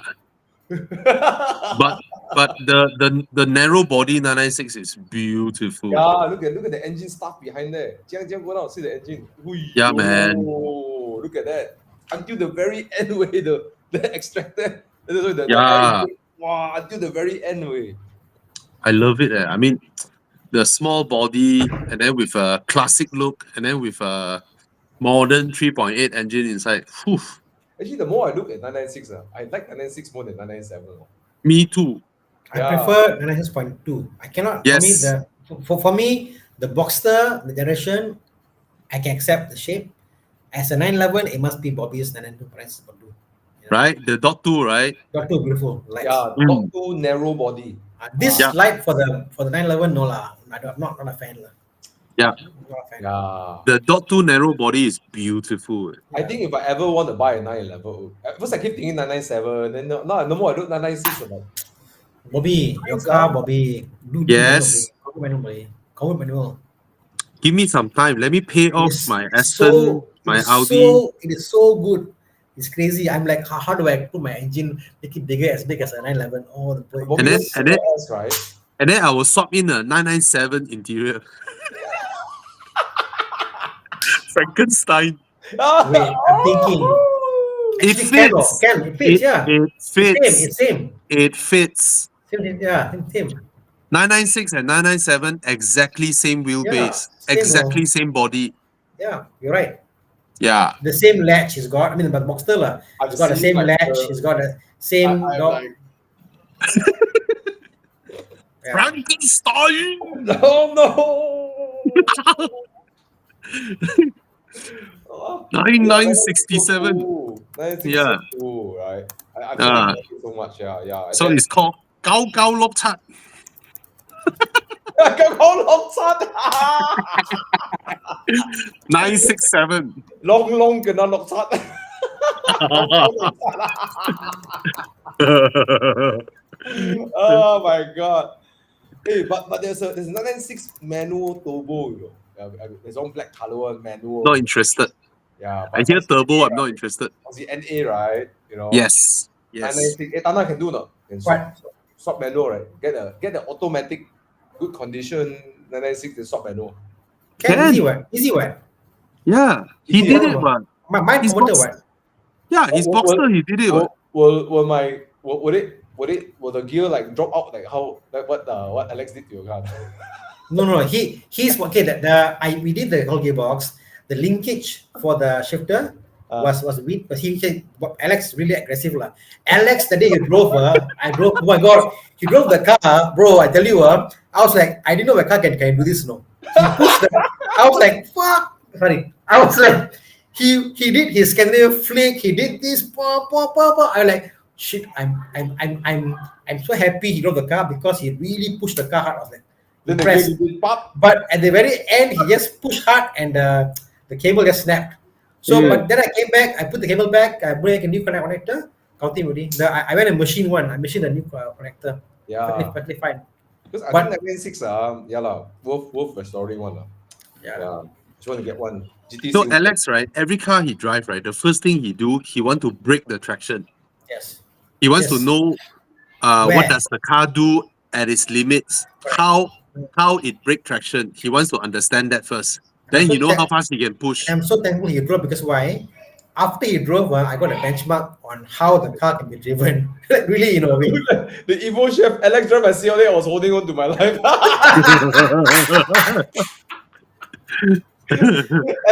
I was cool lah. You're driving the car, I was like cool. Alex is a real Villa Barbie. But I don't know how he does it. He know exactly what the traction is, how much to go, and then he pull back. I'm like, wow, impressed. He drives like a punk. He's like a punk. You know, I remember last time, we drive together down Genting. Then he's like, he smiled at me. Then he go in front of me. Then he keeps sliding his Cayman. No, I mean, we can drive as a punk club, but the fact he can really sense the traction, where it's losing, and the comeback. Oh boy, Very What a naughty, couple. the guy. So naughty. Fantastic. Mm. Great driver. Holding on. Remember the time we had the MCU? At the time we went to the. Correct. Someone wanted to buy the 997 GT. You see, they see the event chef. He said, "Bro, I had the same reaction, bro. I did, car brake traction. I didn't know my car can do the things he did to my car. Honestly, Yeah. Remember the time he took one guy on a test drive on 997 on the KKB dam, right? Yeah. He went all the way up. So one time what happened was someone wanted to buy a 997 GT3. And Alex is like, Bobby's like, hey, you sit in Alex car lah. And Alex like, yeah, come. So he went up, you know, all those, KKB is like high speed corners, right? Where you damn hard, come down. Then the guy was like, okay, this is the end, right? Then U-turn come back, sliding come out. Come on, then the guy come out. It's like, the leg like not steady. It's like, it's like you see, I regret sitting in this car for a while. It's basically a session doing like a dyno with Alex lah. yeah. Maybe Yeah. because Alex is he used to be a Racer, the jet Jet ski. ski. They fly up in the air like don't know how many meters. They come down. He rides bike, so maybe for him, right, this sensation is like nothing to him, all this like brake traction is like, whatever. Anyways, okay, I'm going to skip. I'm going to skip. Let's make sure we cut out we cut out this section and then we tag Alex in this. Okay, I'm skipping from 909 to the current questions. Anybody got questions, please ask again, and then we'll slot you in. Okay, this guy asked, Nissan X-Trail T30. This guy asked 3 times already. Okay, what is Nissan X-Trail T30? The old X-Trail. How old is the old X-Trail? The good-looking square the headlight square one. one. Oh, nice. A lot of people love that car. The only thing about that car is, if you're going off-road, has got a very poor, what do you call this, rear ramp angle. So always kena, the angle always kena. That's the only thing if you go off-road on the rear side. All that car, fantastic. But it's very old already, so Very you have old, to. very cheap, lor. Yeah, but I like how it looks. It looks like those honest type of car, As advertised. Yeah. Danish Iqbal, just to ask anybody have suffered from temper mileage. You see, the thing is, when you temper mileage, sometimes you can find out, sometimes you can't find out. It's hard. So I say, don't just look at mileage. Look at condition. It's more important than mileage. I cannot blame Kasim lah. Can't blame them lah. They buy in how many hundreds of thousands of cars every single month, every single week. Yeah. They buy and sell. You cannot expect them to be able to, put in a diagnostic. To give you context, let's say Kasim buys 1,000 cars. 990 cars, they will sell to used cars, They take the best of the best and they sell directly. So what you're getting is cars that they have gone through and checked the best of the best. So even with that thing, still something goes wrong. So I think I can't blame them lah. when it comes to buying used cars, right, to be honest, tempered mileage is not the biggest problem lah, I would say lah. Right? We look at what? We look at accidents, we look at condition, and if you're a real car guy looking for some car guy cars, right? Even accident car, we look at the body, we can tell got accident. But what if it's a very rare car? You still want it. You don't care. No. You don't care, right? Because for us, right, if we look at it, okay, the body panel look like confirmed got accident before. Then we go and drive the car, right? The car feels balanced, right?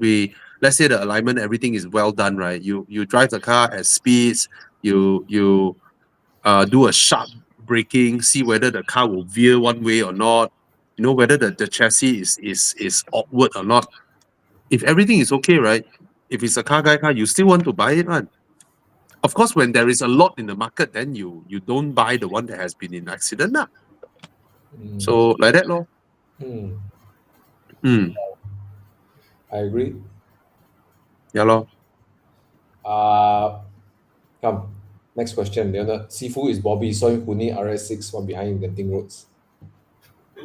I believe, Leonard, what you saw cannot be compared to what Thomas saw. Bobby is like, Thomas, I bring my RS6. I show you my new suspension.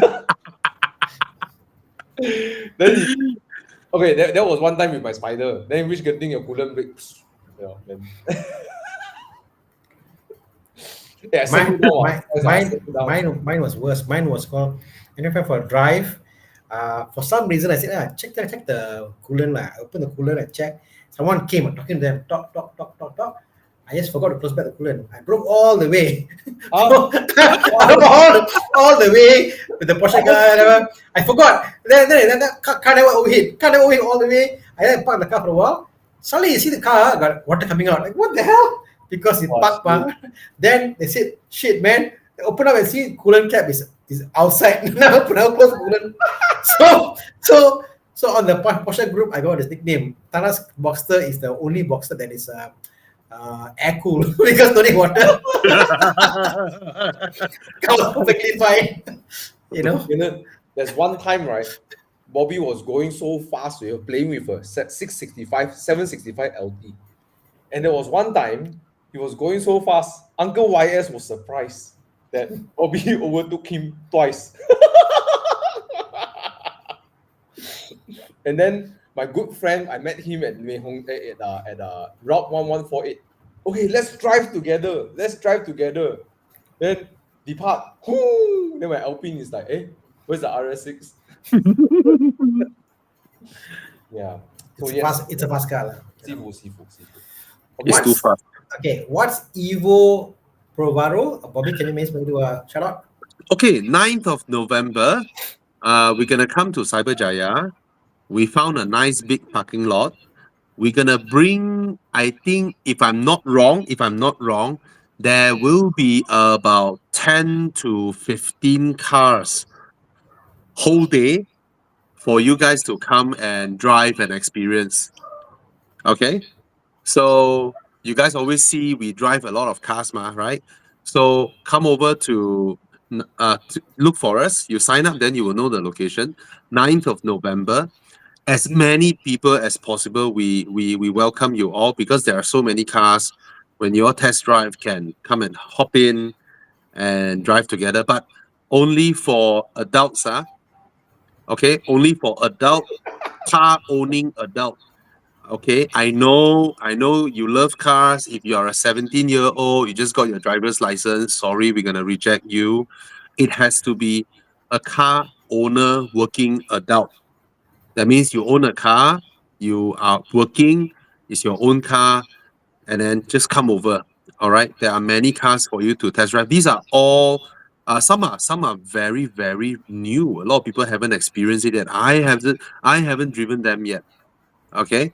Nice. So come over and you can bring your family, you can bring your wife, because like always when we do events, we try to look for location that is not just a parking lot. When it's just a parking lot, right, you need toilet. Like those highway, next to highway, dash highway or whatnot, right? It's very hot and all that. So we always look for places where you have aircon, you have some refreshment, and then you have toilet, and then just come over. Okay, 9th of November at Cyberjaya. Nice. All right. Then we have a designated test drive route. So when you drive the same route with different cars, you get to experience them. And it will be awesome if you drive all 10, 12 cars. Okay? So it's a very rare opportunity for you guys to do something like this. If it is successful, we will do more. If more people like it. All right? Nice. Yeah. Oh, Tana is busy. Okay. Hey, got this guy, he asked 3 times today. Okay, Supra. Okay, which one would you buy? 2.0 or 3.0 if you don't drive hard? 2 liter? 2 liter, right? A lot save on the road tax, consumption, everything. Yeah. Don't forget the 2 liter engine is still a very respectable engine. I think it's tuned to 300 horsepower on the Supra, right? I'm not sure. The B48. I think they tuned out the 300. No, 255. Yeah, okay. Yeah. Okay lah. Yeah, I mean, But you go and visit Mike Yap, your car will be 320, 330 easily. Yeah. Okay, what cars will be at Evo Bovaro? Not the type of cars you will put on your Instagram, Speed Hunters. We got Bugatti Chiron. Yeah. Yeah. There's the Chiron, Koenigsegg, Pagani, and we're not sure if the Gordon Murray T50 will come or not. Auto also, right? But the Aston Martin Valkyrie will be there. The La Ferrari. Yeah, about there.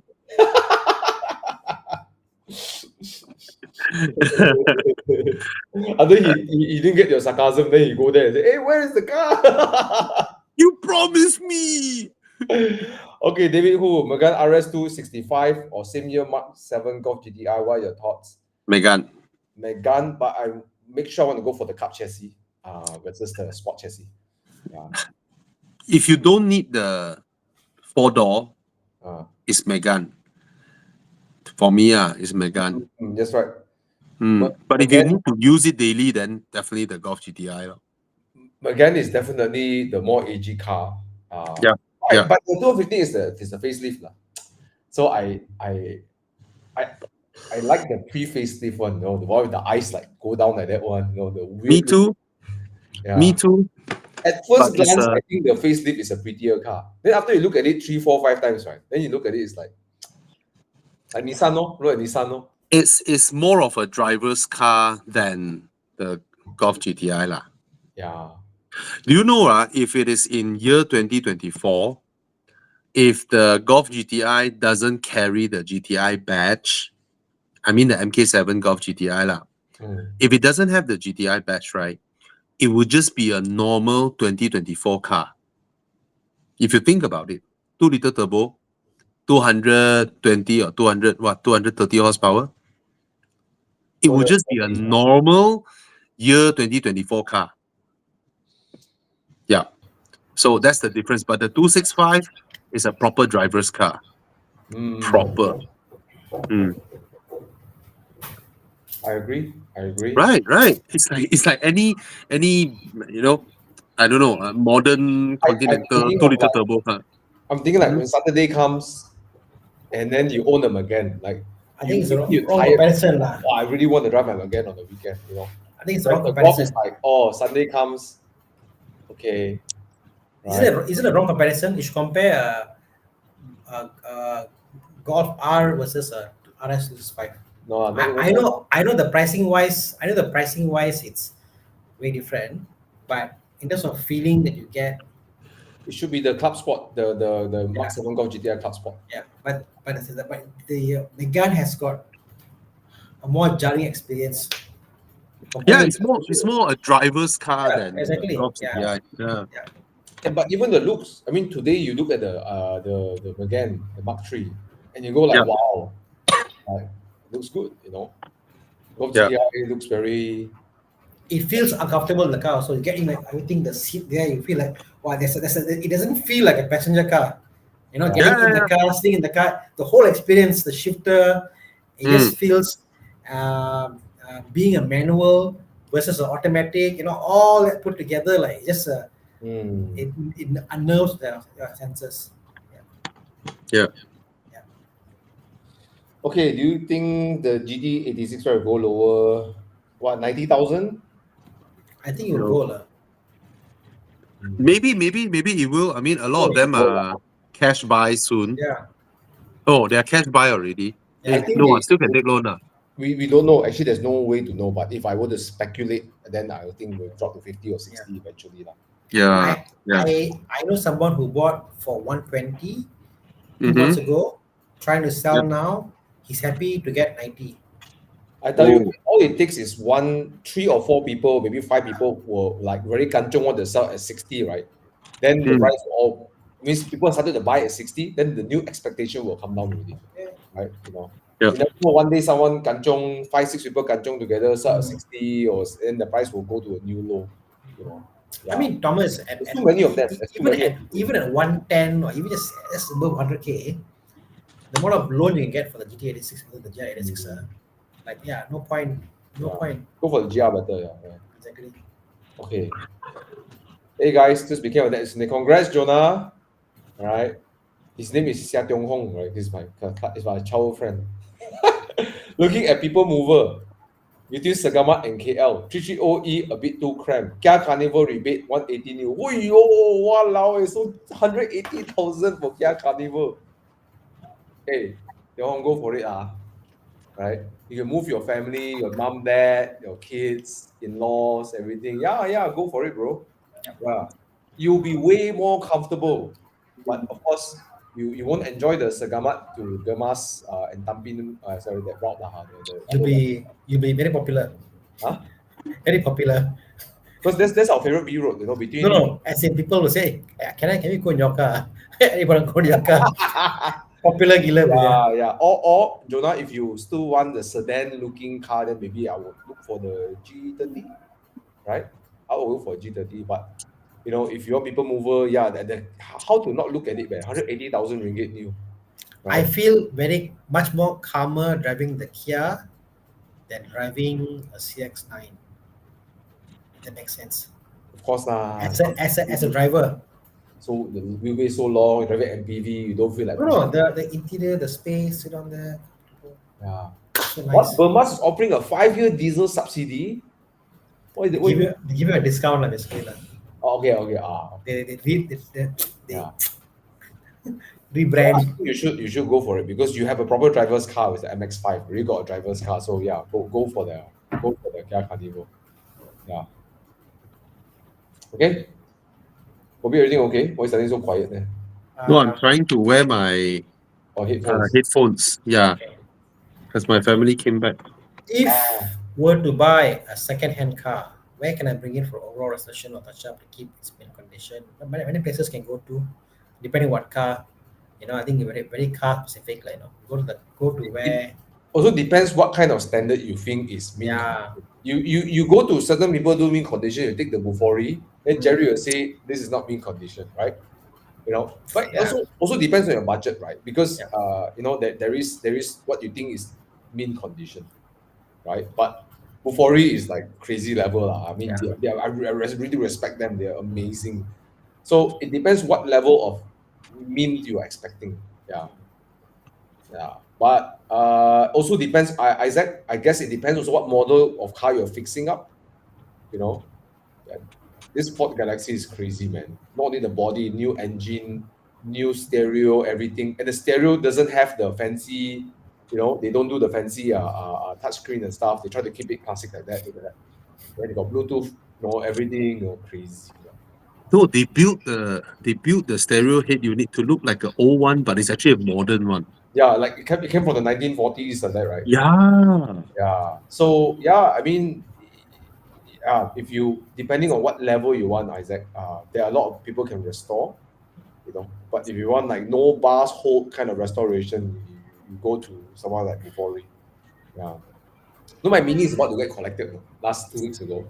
I went to Bufori, and the only thing missing was my bull bar and my side fenders. The alignment is out like by half an inch. And then Jerry looked at me and said, Thomas, do you mind if we have the car for a bit longer? We're going to fix this. Like, sure, no problem. Because for me, Mini is like handmade, so there's always a bit of off and there, right? You know, yeah. But I really respect their work. So beautiful, their car, their paintwork, and everything. Yeah. Okay, come, let's go. What's next? Sorry, guys, I'm trying to get the thing to work. No worries. Any questions you see you want to answer, Tana? Oh, super pants. So, manual E46 as a fun weekend car. I want to look for a daily driver between the E39 and 60. What's I, nicer to I, drive? I think the 46 is a better daily car, daily car compared to the 39 and 60. But compared to the 39 and 60, E60 is just more spacious, better seats and all that, you know. So yeah. E60 is such a big leap in its chassis from E39 to E60. Yeah. I wouldn't call it a big leap. Big leh, you know the I feel it's very light and Exactly. and loses the heft of the car.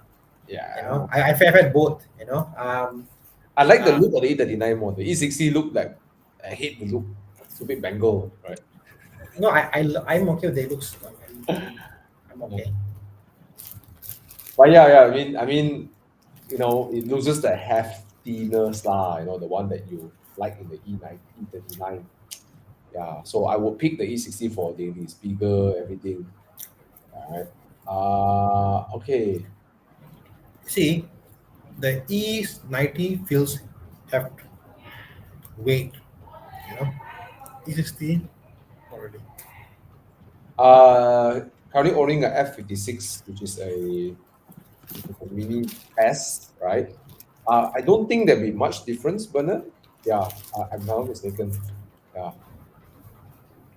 So that one which is more reliable, we have to wait for Tana to come back to answer which E39 or E60 more reliable. Okay. While Bobby is fixing it up. Sorry, Thomas. Sorry. No worries. Okay. Let me see. What's going on? What other questions? Guys, if you didn't answer the question, try asking again. Okay. Any ideas, comments about Hyundai Santa Fe? 30K. I mean, looking at the 2014 one, right, which is which is pretty okay. Yeah. 30K is around the price to expect. I mean, I guess if you think of it as a buy and drive and like don't care about the condition, like a bloody workhorse, yeah, it's good. You know, it's this generation. Okay, there was, if you 2014, which is the more nicer look. This one, this is actually not bad. Looks, this generation, the turbo diesel is way more refined. The gearbox is way better than the previous one, right? The previous one looked damn ugly one, that Santa Fe. So this one is good. The engine lag is not that much. The gearbox is more responsive. Yeah, worth the buy. And if you think about it, Wan King Xiong, if you're looking at it as a workhorse, even if you use for 10, the next 5 years, 6 years, like what, 6K a year, right? Then you scrap the car, also can, but I don't think you'll scrap now. I mean, it's quite a, it is what it is. Yeah. But for 30K, it's quite a lot of car for the money. Yeah. Okay. Yeah. Okay, what else? Let's see. Okay. GR86, a Supra 2.0. I will go for GR86. No Same. fight. Same. No fight. Right? GR86. The Yeah. petrol looking car. Yeah. I don't like the look of the Supra, but even performance wise, the way the Supra rides is so talented, the suspension. So talented. Yeah. Yes, what a shame Santa Fe is discontinued in Malaysia because you guys never support Hyundai by buying more Santa Fe.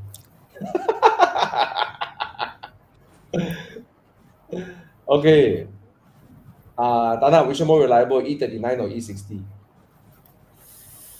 E39. Really? Yeah. Okay.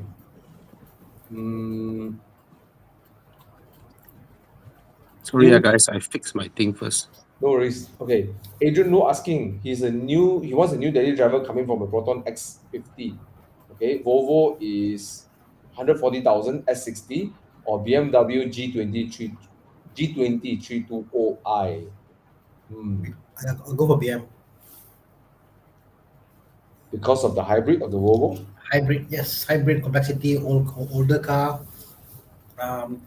BM, you can service it anywhere. From Proton, this is your first Conti car. Buy something that you can do anywhere. It's easier leap lah. I don't want you to get a bad experience buying a first Conti car. But Volvo is a nicer daily, the Understand. ABAS system and Understand. all of that. Yeah. Pilot You is got to ease yourself in. You just can't want to drive an Alza and next day you want to buy a Cayenne. I guess yes. I'd be worried about the hybrid system. Yeah. I would be. Yeah. Because not many people actually can do it, and they can do it also. It's not cheap to repair those things. Okay. Good evening, all. What is your take about stone chips? Will you touch up after amount of stone chips? Let it be. I think, King, the first thing is, do you care?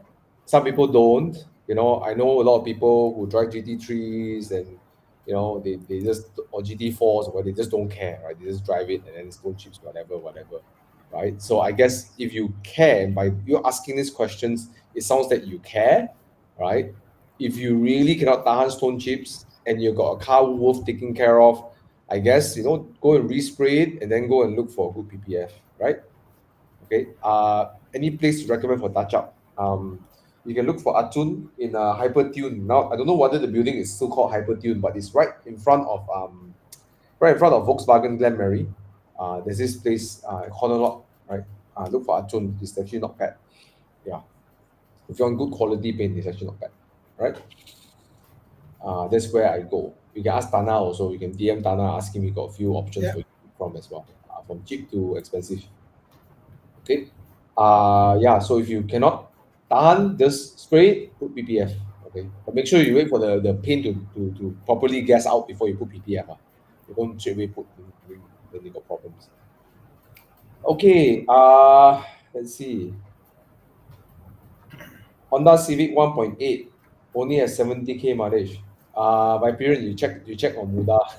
But my tip for you, Viperion, is try to sell it as consignment lah. Because when you sell trade in, they usually tell your car for 20% to 30% below market. 17,000, my God. Yeah. So it's not the mileage, bro. Sometimes it's also what people are willing to pay, right? So if you have the time to transition, you just put it on the market, wait for someone to pick it up. Try to do it on consignment basis, which are usually dealers will take less lah. Yeah. Okay. So that's how I would look at it. Okay. Next. Wait. This one first. Azim Adam. Okay, bro. 218, right? Yes. 218, right? Is the better car. I also think it's the better looking car. I think the A class looks better. I think the 218 looks good. I find the 218 proportions a bit forced. It's forced, yes, but more cohesive. it's a cookie cut cutter lah. On like all. But the 218i got frameless windows, right? Yeah, it's you get in the ambient lighting, the steering. It's a seats, the color options in the 218i. The interior of the 218i is way better than the A180. A180 feels like a cheap car. Yeah, that's the thing. Okay, 218i, I'm going like, wow, this car looks good, more premium than even 3 Series. The way they put all the colors and things put together, it looks funky. So yeah, the 218i, it looks more premium any day than the A180. I mean, if on the initial looks, of course, the A class is nicer. But if I were to live with it for a longer time, I think I would enjoy the 218 more lah. The ergonomics, everything, it's just more easy to use lah. Yeah. Okay. Evening, CLA 45S or E53. Oh yo. E53.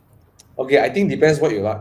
If you are the young and you're a punk and then you want to whack the car, then of course the CLA 45. If you want something that's a bit more, mature and like a cruiser, then go for the E53. For the E53, bro, the sound is fantastic. The sound it makes from the engine, is epic. But you can't whack the car like the CLA 45, right? I mean, I did a video on the car. I drove the car, whacked the car. It was amazing. I mean, it's not as light and nimble, but drove it. The grip level is fantastic. But it's not as manic as a CLA 45, the 2.0, right? It feels like a proper AMG lah. Put this way, even if it feels like an AMG, CLA 45 feels like what I call like a boy racer tuner boy car. So it depends on what you want. No, you want something that's refined. As a proper AMG badge, I think the E53 is deserving of the badge. But I think CLA looks nicer. CLA is probably the more beautiful of all the AMG they have. Definitely for sure. Not the E45, but the CLA 45, it looks beautiful, sleek, But, the E53 is more aura, the kind of like mature kind of aura. Whereas the CLA 45 show up behind your rear mirror, you let him pass. Even the dash, bro. Even the dash, the meter, the ambient lighting at night. Then at night you on the car, wow, the lighting is fantastic in the car. Yeah. E53 is beautiful. I think the CLA, if I'm not mistaken, the dashboard, the screen is like an iPad kind of squarish thing, where I think the E53 sort of like it's sort of inside of the dashboard. Correct. So that also makes it feel a bit more. It's a high end car. I mean, the E53 is more atas. You want to buy an expensive car, E53 is a much more expensive car. Yeah. Yeah. That's true. Okay. All right. What else? Edward Tan, no, do not get the 318i. Okay, let's talk a bit about this. Why don't get the 318i? The BMW-ness is lesser in the 318i. Okay, you're talking about in the 318i is the 3-port, right? The 3-port engine. Yep. Okay. You will immediately feel that when you want to pull, forget about performance. Okay, forget about like driving hard. You want to pull out to the highway, it feels like it doesn't want to go, right? You want to switch lanes, the car don't have No, how I to- mean, if you're not a man driver, you don't actually feel it. My problem is like the engine doesn't sound as good. The engine vibration is higher. I find that it rests a lot, so it doesn't feel luxurious. You buy a F30, probably this is your first Quantica, and then the car like rev, like yeah. So it doesn't it shows that yeah. opulence that it should. That's one problem with the car. I think for me, the 3.1 AI engine is the 3-cylinder. For me, it doesn't feel like something that matches the BMWs. Like, your expectation. Keep it in a mini. You- Don't bring it. You're trying to get the car to go, and the sound it gives you is like, ugh, And then the 4-cylinder, it will make some noise, but it's not a great noise either. But it's like it feels okay, like proper, right? Okay enough. You can accept, when you try to pull out the highway, and yeah, and for me, I think this is done for certain markets that has like I think Singapore. Singapore. Below certain horsepower, you qualify for what certain class COE. In Malaysia, it's not a big difference. I don't think even the second price is very big difference between 300 and 320. Right? Even if it's 10,000, 20,000 ringgit difference, I'll still go for the 320i. The price holding power, value, the interior. And I suspect the liquidity of the 320 is higher, easier to sell 320 than 318i. Oh, 318i has the flat seat on the F30 compared to the more curved bolster seats. Oh, really? I didn't know that. Bro, is like they call it. I think they call it luxury line. They call it luxury line, but it's very basic. Okay. Yeah, and one just look for the 320. Just try the 320, and then you immediately feel that okay, it's worth paying a little bit more to get that one. And I suspect when it comes to selling it in the future, it'll be more easy to sell the. Oh, one more thing. Yeah. 320, if one of your injectors or one of your spark plug is very kurang, it's not so bad like I still jalan lah. 318i, when one of them fail, the car immediately you can feel the car like running rough or issue whatever. It's not as forgiving. If I get 318i, I got 3 less core plug and 1 less core plug, 1 less spark plug. So cheaper to maintain. It's pretty much. You're talking about 50 ringgit spark plug, and you're talking about what you call like a 12 ringgit. I saved 1 core plug and 1 spark plug. Okay, fuel. The 320 is much more fuel efficient compared to the 318. Really? Of course. Yeah. There's nothing in the 318i except for the brand new car price. That is the lure. Buying brand new, I understand lah. You can't afford. Okay. Yeah. But other than that, there's no reason.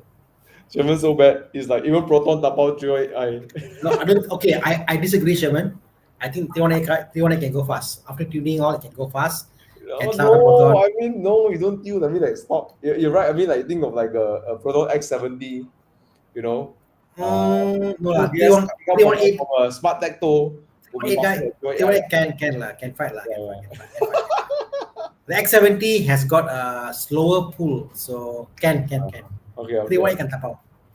Don't play. Tiguan 2017. I used to have one of these. Looking for 5-seater SUV that's wider, more comfortable, sitting 3 at the back, 200k budget, new car. Wrong person to ask. From new car. Oh boy, I don't know. New car. I can't say much. CX. Is it CX? You can. CX8 can lah. 180 CX8. CX8 lah. But 5-seater, CX5 doesn't feel as big as the Tiguan. Tiguan is more spacious than the CX5. So 5-seater. Yeah, CX5 the rear seat is small. It's small. So you're forced to get a CX8, but use it as a 5-seater instead of using it as a 7 or 6, right? So yeah, CX8 lah, I'll say that it's bigger. Brand new 180. I'm looking for something. Hold on, TWN. Yeah. Brand new. For that. Brand new. Okay, but I'm looking for something. Hold on. Let me see.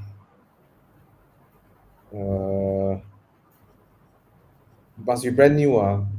Okay. I think I got something for you. Don't say Cayenne. No. Brand new, Exactly. Yeah, I say brand new. Okay. So, okay, it's a bit slightly outside your budget, but I think because I think Kia is cleaning out their stock, right? So you might get yourself a hands on the Kia Sorento 2024, right? Deepavali, okay, 2024. Yeah, you can get it for Deepavali offer 2024, 198,000, right? No lah. Would you buy that or buy a CX-8? Objectively, I mean, resale value. another option. It's another option, right? Yeah, I'm leaning towards the CX-8 lah. Be honest. Yeah, resale value, longevity, comfort. No Okay, fight lah. the good news is you go to Mazda from Volkswagen to Mazda, you immediately feel that the interior is better. All right. Yeah, it's Don't go biggest. CX-5, bro. Yeah. TWN, don't go CX-5 because you No. feel that the rear Yeah. seat is Small. the beating. Right? CX-5, I look at the outside, so big. Come inside, like where is all this And space the gone? interior, To? Missing. it's horrible. It's not say horrible, but it's smaller than the looks lah. Yeah. But it's so big. This car is bigger, right? Look at that Kia Sorento, right? I think they're clearing their fleet. So yeah, it's not exactly new, but you know, this one another option, right? It is bigger. Yeah, bigger than Tiguan. What about JQ J7? J-Cool. I never driven it, so I can't say anything about it. Yeah, it looks good though. I mean, I want to drive it later, but I Bobby driven it. So guys, if you're looking for J-Cool review, Bobby's channel has a J-Cool review. Check it out. All right. Yeah. Okay. Yeah, it does look good. It's a Range Rover-ish kind of look there. Yeah. Yes, Sherman. I'm sorry. Resale value is very good. Come back. To the point, it doesn't make sense. No, I couldn't buying- solve my Phone issue. earbuds issue. Which brand is that? Samsung and Samsung doesn't want to talk suddenly. erase and pair again. UX, Apple still best. I have UX. Yeah, man. You know, I'm using my my DJI for webcam. You know, see, bro. Yeah. Eh? Oh, It's you my- bought your DJI already? It's my no. This is the pocket. The pocket. Yeah. Ah. So using Hey, it. very nice quality. Yeah, very nice. Yeah, very good quality. And then I can spin this around. You bought the Creator Campo? So, I can see you. You, so nice. Yeah. The DJI that you have, Bobby, doesn't Yeah. have that depth of field, the action camera. The one that he has, pocket camera, has a depth of field. So you see the background, foreground has a more Yeah. cinematic view to it. Yeah. Anyways, Agree. I totally agree. See the background? So nice. but yeah, I mean TWN. You know, if you're gonna look for the Kia, I mean, I guess now I'm looking at all the Kia Sorento, right? You must as well go for the Carnival, lah. I mean, it's bigger than the SUV, but He wants 5 with you. Here, take more. How much you you want? never know when you need the extra. Like Bobby saying, sometimes after shotgun, boom, 3 kids come out, right? Or twins come out, or triplets come out, right? So bad. And the person, I'm gonna sell my car. They can't afford. Oh, you felt the J7 backseat is smaller than the Tiguan. Hey, Bobby, can you confirm that? Is it smaller than Tiguan, the J7? Sorry, the J7. I think it is smaller, slightly. Or slightly smaller. But Tiguan does boost quite good space on the rear. You know, it's quite big. Yeah. Yeah. Okay. Yeah. All right. Let's move on to next few questions. Okay, resale value for Panamera or Taycan. Confirm Panamera will be better than Taycan, right? I saw this video once in UK. They said you want to give the RS, can must buy 2 Taycans. So they said, if I buy 2 Taycans, I sell back. How much can I sell back the new Taycan for? You know, so yeah, prices in UK are crashing for brand new Taycans. Crashing. But he say when the exemption is removed, Yeah. right? There's But also oversupply. you must take into consideration there's a lot of Taycans around. A lot. Oversupply. So let's take that into consideration, right? Mm. So I wouldn't bet on it. As of now, it's just speculation. We have no data to say that it will. So I wouldn't want to be on the short end of the stick of that bet. Every car that we said it was cheap because the car government gave a exemption. Thereafter, the no more exemption, the car price still dropped. I mean, the S400H, hybrids, all those cars, and everything about it. That because there's also reliability issue with the S1H and stuff, right? True, but same here. What you call cars imported, parallel import. Yeah, lor. But I don't think it will be a car that will like. Yeah, I don't think it will because there's quite a good number of Taycans around. Yeah, Cheapest Taycan in the market now, how much? 300 plus? 300 plus. Yeah, Bro, 300 plus, bro. yeah, Crazy. yeah. Okay, Panamera, let's go for the 2.9. Okay. Yes. Okay. FK8 2019, 18K mileage, 260K. Wow, so expensive. I will go for the stock FL5, bro. Don't fight. Right? Would you pay 2019 for someone who completely like molest the car already? Right? Nope. And for Nope. 260K, right? Mods worth 50K, or I think woven something about buying your car and modding it to slowly exploring, slowly modding will be worth doing it yourself. I suspect that the fun part about modding is that you're doing it yourself. Like you're sort of walking yourself through the process. Yeah.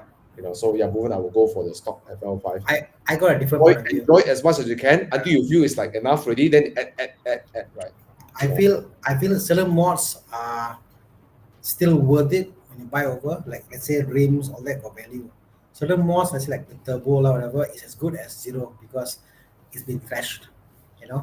So But I will buy a car stock, enjoy it as much as I can, then slowly add on more, study, add on. Yeah. So yeah, I would definitely go for the FL5 in that sense. Right? Considering the price is like, the guy asking a lot. 260, and the problem is if you buy 260, you go to the bank and you ask loan for 260. I don't think they'll give you 260 loan. 200K lah. You probably based on market price 210, 220. So you probably won't get the full loan, no? Which is equivalent to paying 50K to buy the mods anyways, By yourself. If you get the loan approved, okay, Mr. Tana, your loan approved, the car price we agree is 210. Then you're like, I could put 21,000 ringgit for down payment. I could put under 50K to buy the mods, right? So you might as well just buy the car and do the mods yourself, right? Unless you don't want to mod lah. Yeah. Okay.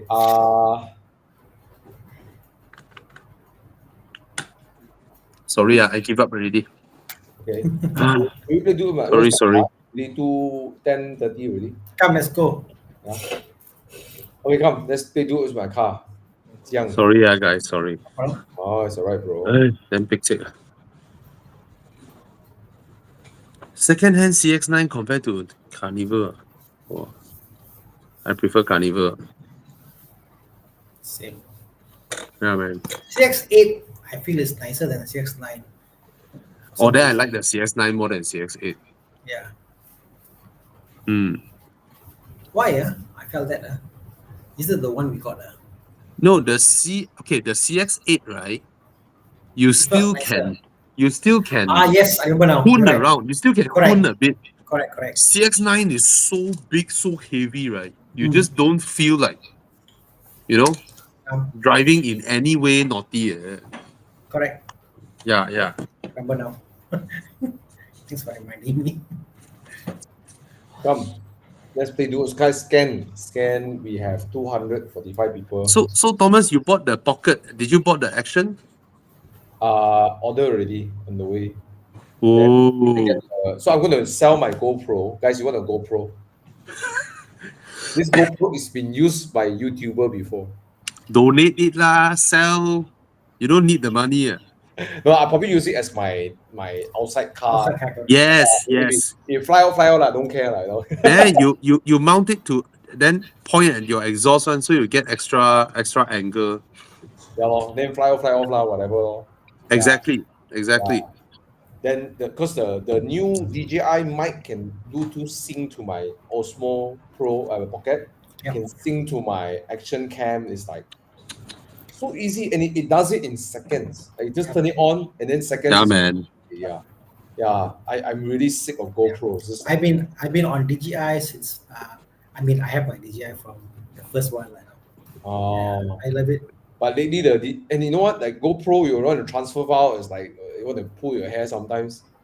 Like Really? now I experience the seamless plug into my laptop. It's Yeah, lor. charging while I take my files out. It's a thumb drive. Oh. Yeah, lor, it's a thumb drive. That I'm pulling my files out from the DJI. At the same time, I'm actually charging my phone, charging my thingy. Right? You know, you guys, do you know what's crazy? That day I was looking at the ranking of each country's export. Okay. Mhm. So which country exports the most? Number 1, number 2, number 3, like that, right? Mhm. So number 1 is China, right? Number 2 is USA, right? Mhm. USA, right? And then they list which industry is their number 1 export. USA is petroleum. Okay. China, right? I was shocked.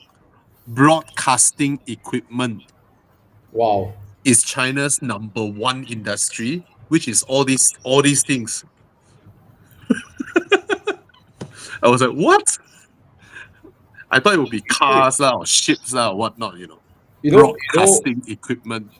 Wow. It's crazy. Wow. Hmm. According to What's that? okay, I may do more research lah, but DJI is a way bigger company than GoPro. Oh, yes. Yeah, they do a lot more. They do drones. They do for agriculture. They do a lot more. The GoPro's market cap is $198 million US. DJI's market cap is $15 billion US. And the sales revenue, okay, I don't know what's the latest one, but the sales revenue is 3.8 times more than GoPro. See that? Number 1 exporter, China. Top export, broadcasting equipment. Walao eh. Wow, Germany, cars. UK, gold. Gold? Gold. Yeah, they steal Africans' gold, then they export.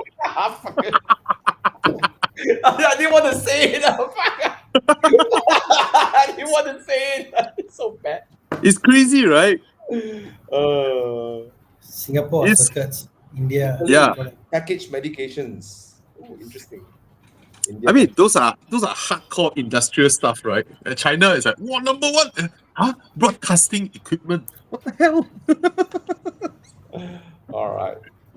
Yeah, but after using DJI for a while, I'm quite convinced of that. I mean, this guy has got a point there. I think the fact, all the 5G equipment and chips and all that come under the same. Oh, cell towers and chips. Cell Yeah, towers. agree. Yeah. Come, let's Smart. go. Jiang, let's go. Okay, quick answer. Brand new Alza, 75K, yay or nay? Nay, right? This guy asked a few times. Let's help him. Bobby. Huh?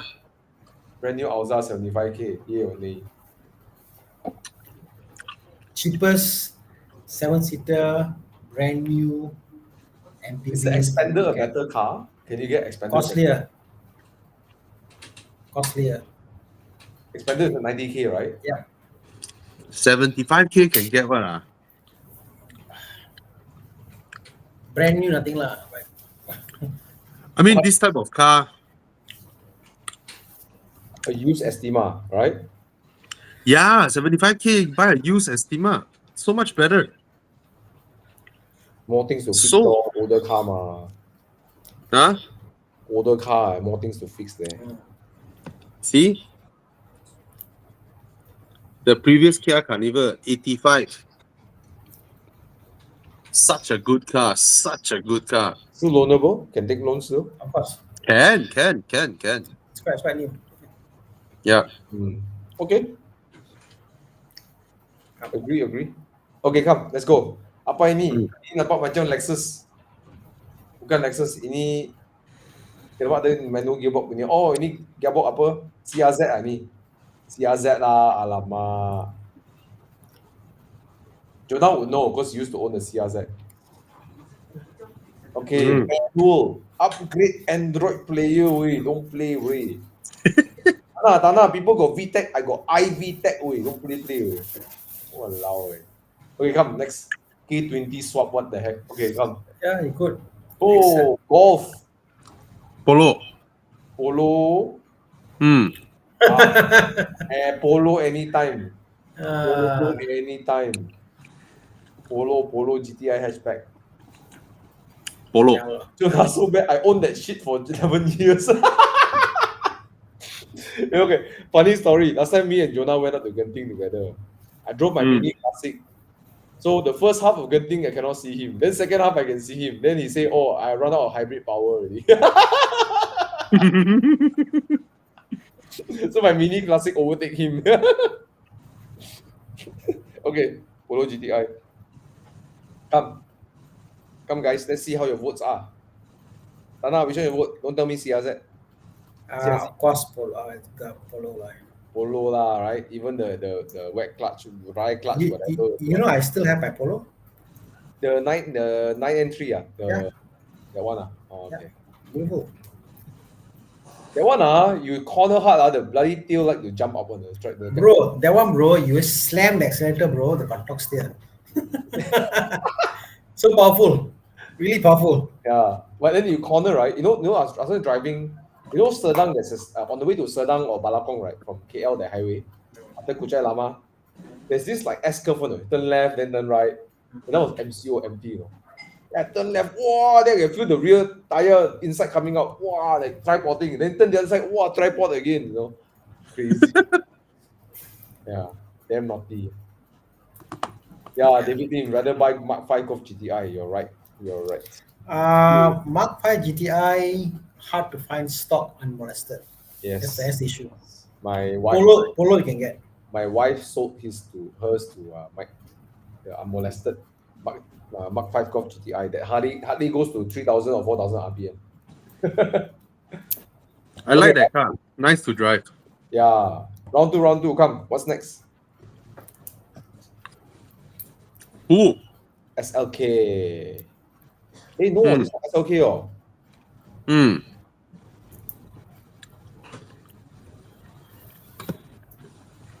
Oh, SLK. Okay. The only guess on that follow the other one. Hello. Chiang. See? Big Z4. Well, cannot fight interior design, exterior design. Really cannot fight.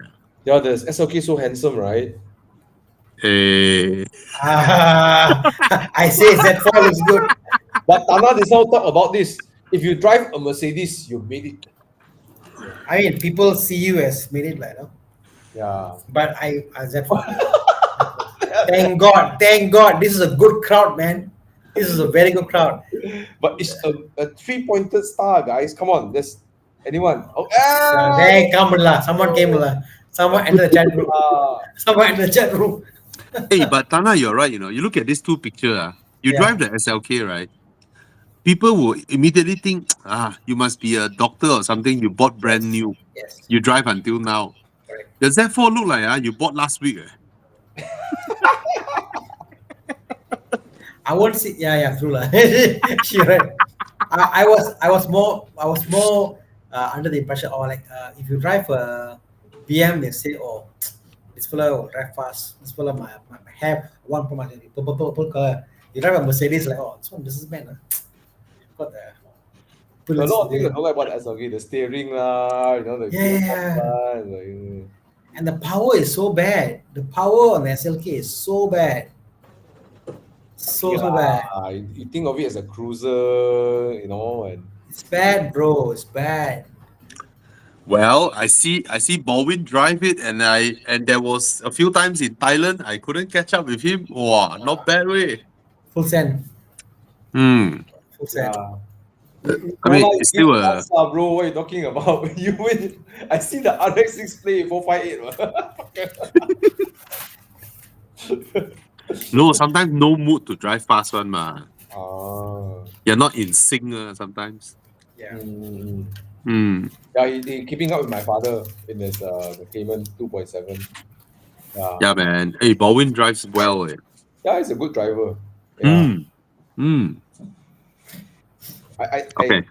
yeah, and you know, yeah, you're right. The looks the personality of the car matching the person. You see, like Baldwin. Imagine Baldwin drives a exact. He doesn't match the Z4. Yeah, Yeah, right. he looks perfect in the SLK. Correct. Him and his Mm. wife. You see, the SLK is like perfect, right? You know.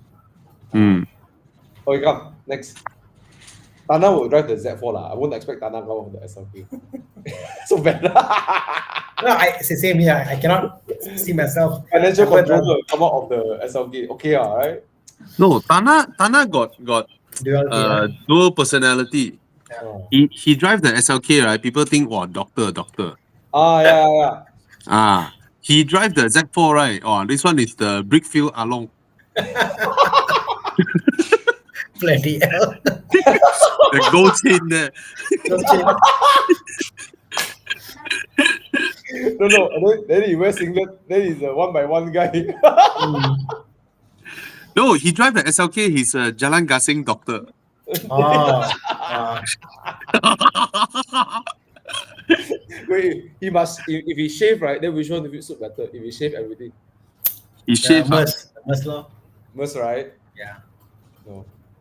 Yeah, when you shave, you look very young. I did it a few times. They probably like, oh shit, you look damn young. Oh yeah, Tana is a lawyer in the SLK. Yeah. Yeah. Then when you knock his hair come out, wow, die lah. Then. Mm. Okay, come. Quattroporte 3.0 V6 S. Nice. Quattroporte Nice. S. Okay. Apa ni? Panamera. Oh yo. Not this one, the ugly looking one.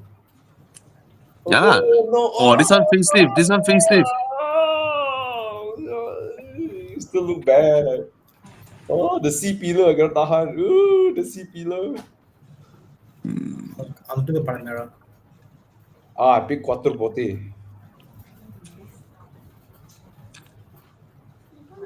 Interior in the Quattroporte stock is like, No, I met a car guy who's a boss. He runs a few factories, right?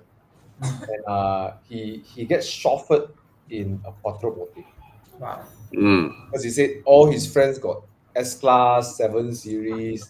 He's the only one shows up to the golf course with a Quattroporte. So cool, right? Yeah. You're right in the sense that I can see myself being driven in a Quattroporte. No one will driven in a Panamera. Panamera like cockroach.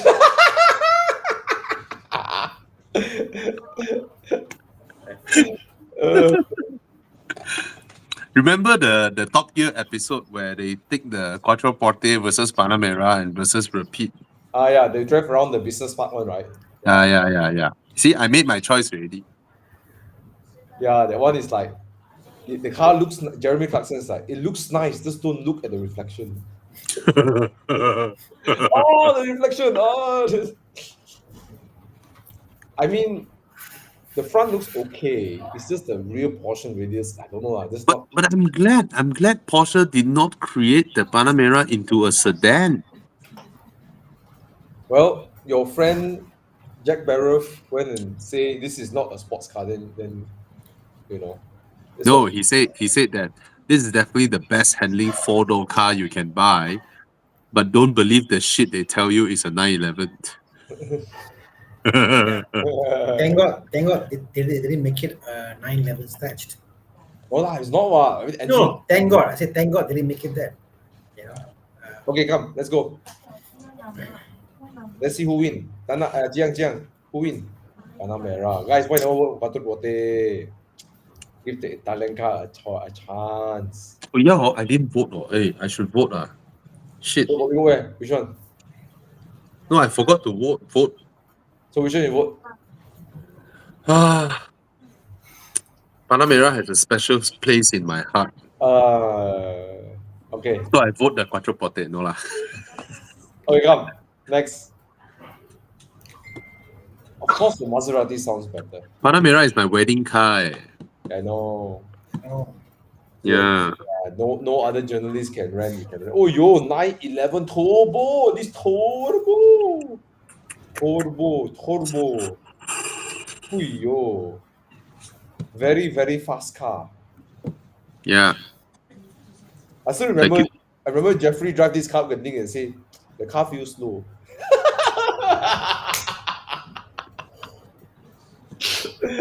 Epic comment, man. Yeah. The car feels slow. Oh, the car don't want to take corner, don't want to turn, so lazy. the car doesn't feel like a Porsche, I guess. I mean, No, he had a GT3 RS before, ma. Then he got Speciale, then suddenly Turbo S is like, eh? it's not a Porsche. Yeah, I told him don't buy this already. He don't listen. You should have went for F12. Yeah lah. Okay. Anyways, what's next? This is a nice enduro car. It'll be easy to drive the whole enduro trip. Very comfortable, fast as hell. Who yo? Aston Martin DB11. DB or the interior color I cannot wait. A blue. Ooh.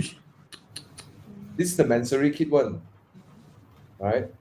Hmm. Body kit stuff one. I don't like body kit is like. Don't like Mansory at all. Okay. How Aston Martin. Aston Martin But when you reach Mei Hon Son, you would prefer the Turbo S than the Aston Martin. I prefer the Aston Martin. Sound. I'll take the rear wheel drive car here. No, like okay, both also not what I would choose, but if I have to choose one, wow,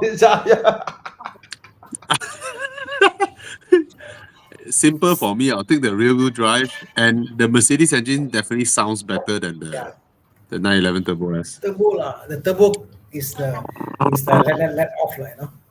it's The Porsche one sounds like Exactly. and that's all it does. if you park, and take pictures with the DB11 in Mei Hon Son roads and the mountainside, it looks so gorgeous. Yeah, Yeah. man, the DB11 design is really gorgeous, man. So nice. The Jiang, rear is beautiful with the car. Jiang, go to the rear 3/4. Huyo. Look at that shoulder. It's so wide, occupies so much real estate. Yeah. Big, right? And then the C pillar takes in air. The C pillar takes in air. The hollow C pillar, the hollow boot lid, and then the invisible spoiler coming out behind. Yeah. Well, I Yeah. love how the shoulder meet the C pillar. It's so. I think a lot of people here may not know the DB11, right? On top of the ducktail, right, there is a little air outlet. Yeah. So the air actually comes in the C pillar. The C pillar, you all see the quarter window, right? The quarter window is actually recessed in, and then the air is pushed in there. Then the C pillar is hollow. That travels through the boot lid. The boot lid is also, the whole boot lid is carbon fiber and is hollow. And then the air shoots out from the little slit on the ducktail. The air that shoots out become a virtual spoiler. Invisible spoiler, right? Yeah, it's an invisible spoiler that presses the car down using air to create a spoiler. That is some Adrian Newey shit there. Like slow the air on top, so the bottom has faster flow to press the car down. Like that. Yeah. Such a genius thing. Yeah. But regardless, look. Not normally some sports cars got big shoulders, but this shoulder is so pronounced. Like it's so big, takes so much real estate. Yeah. Very bold design. Wow. And then after all these things, right, kena tapao by the 911 Turbo.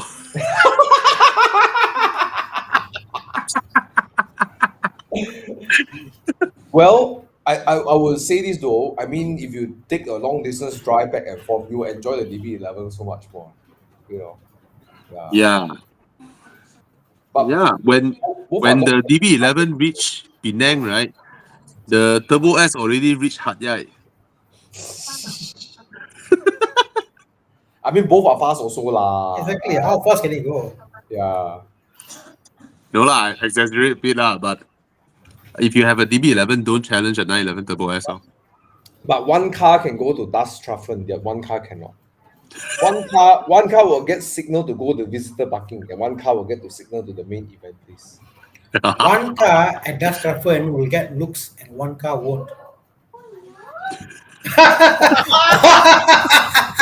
How is that, Thomas?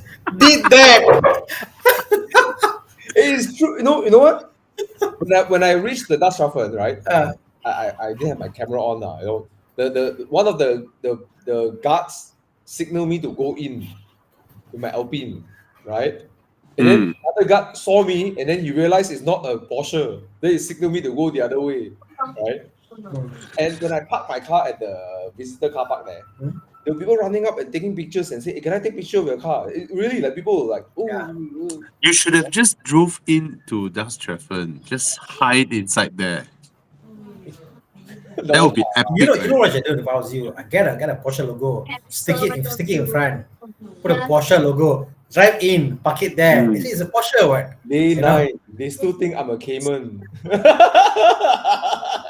Yeah, it's a new Cayman.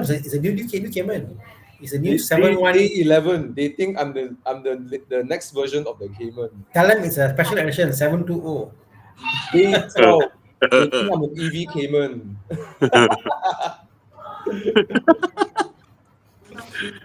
Yeah. Hotel Valley will park at DB11 front, park 911 underground.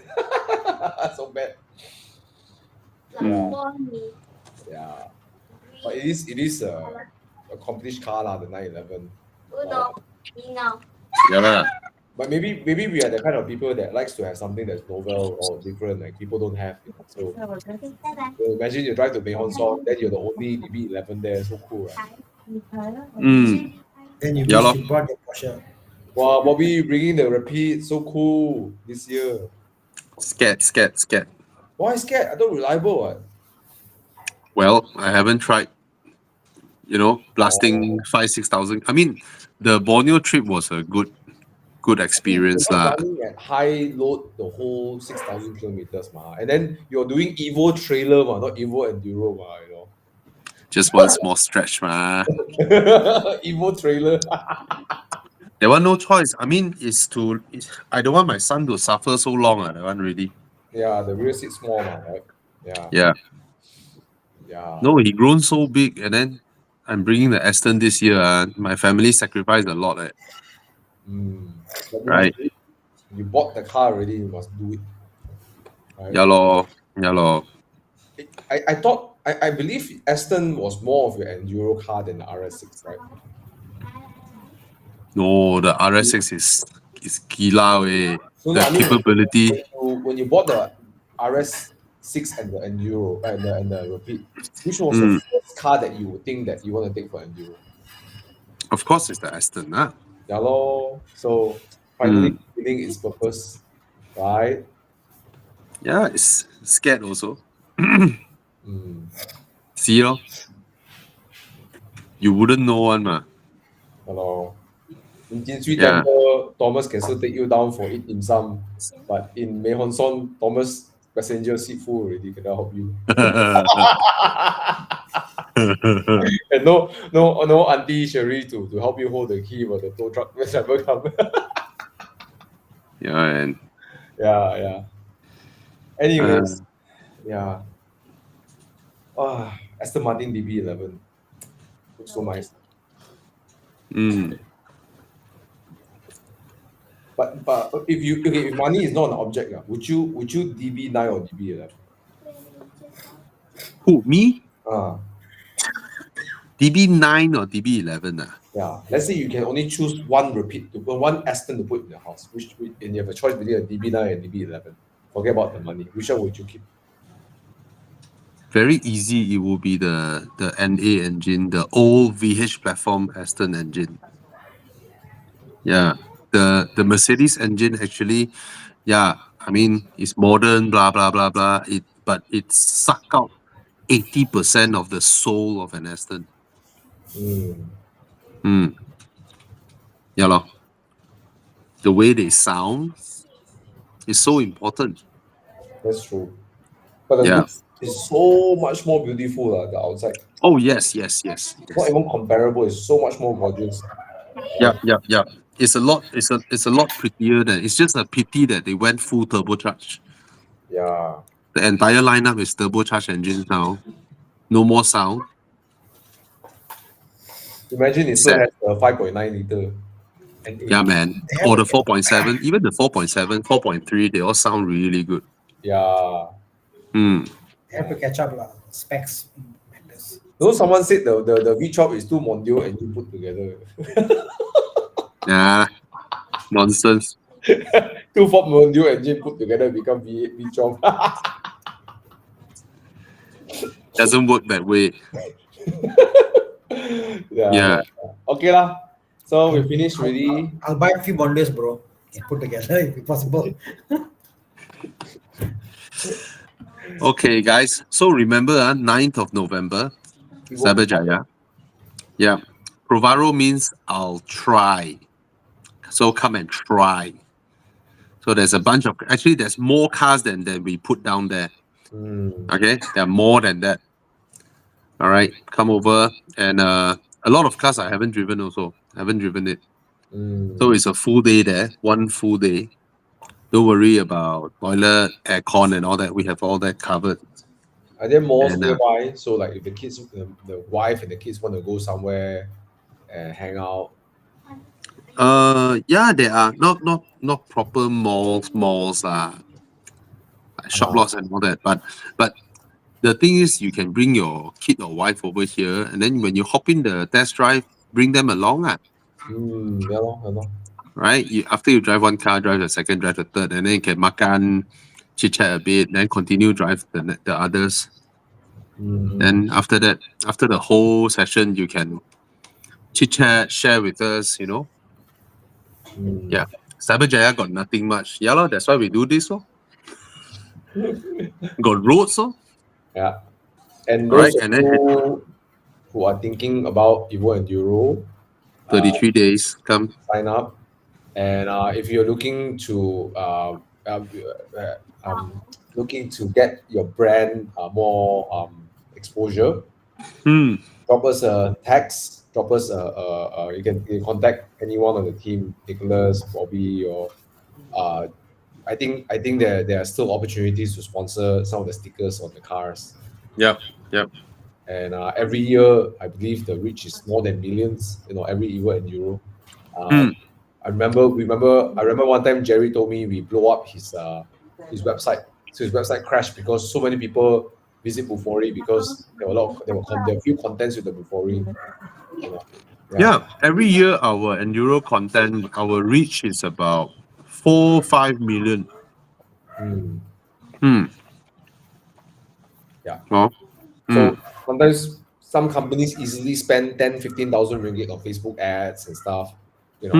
So if you want to try something different, get different kind of exposure, send just drop Horizon a text or WhatsApp and inquire about our packages. I think the cheapest package starts from 7 and goes all the way to 50 or 60,000, right?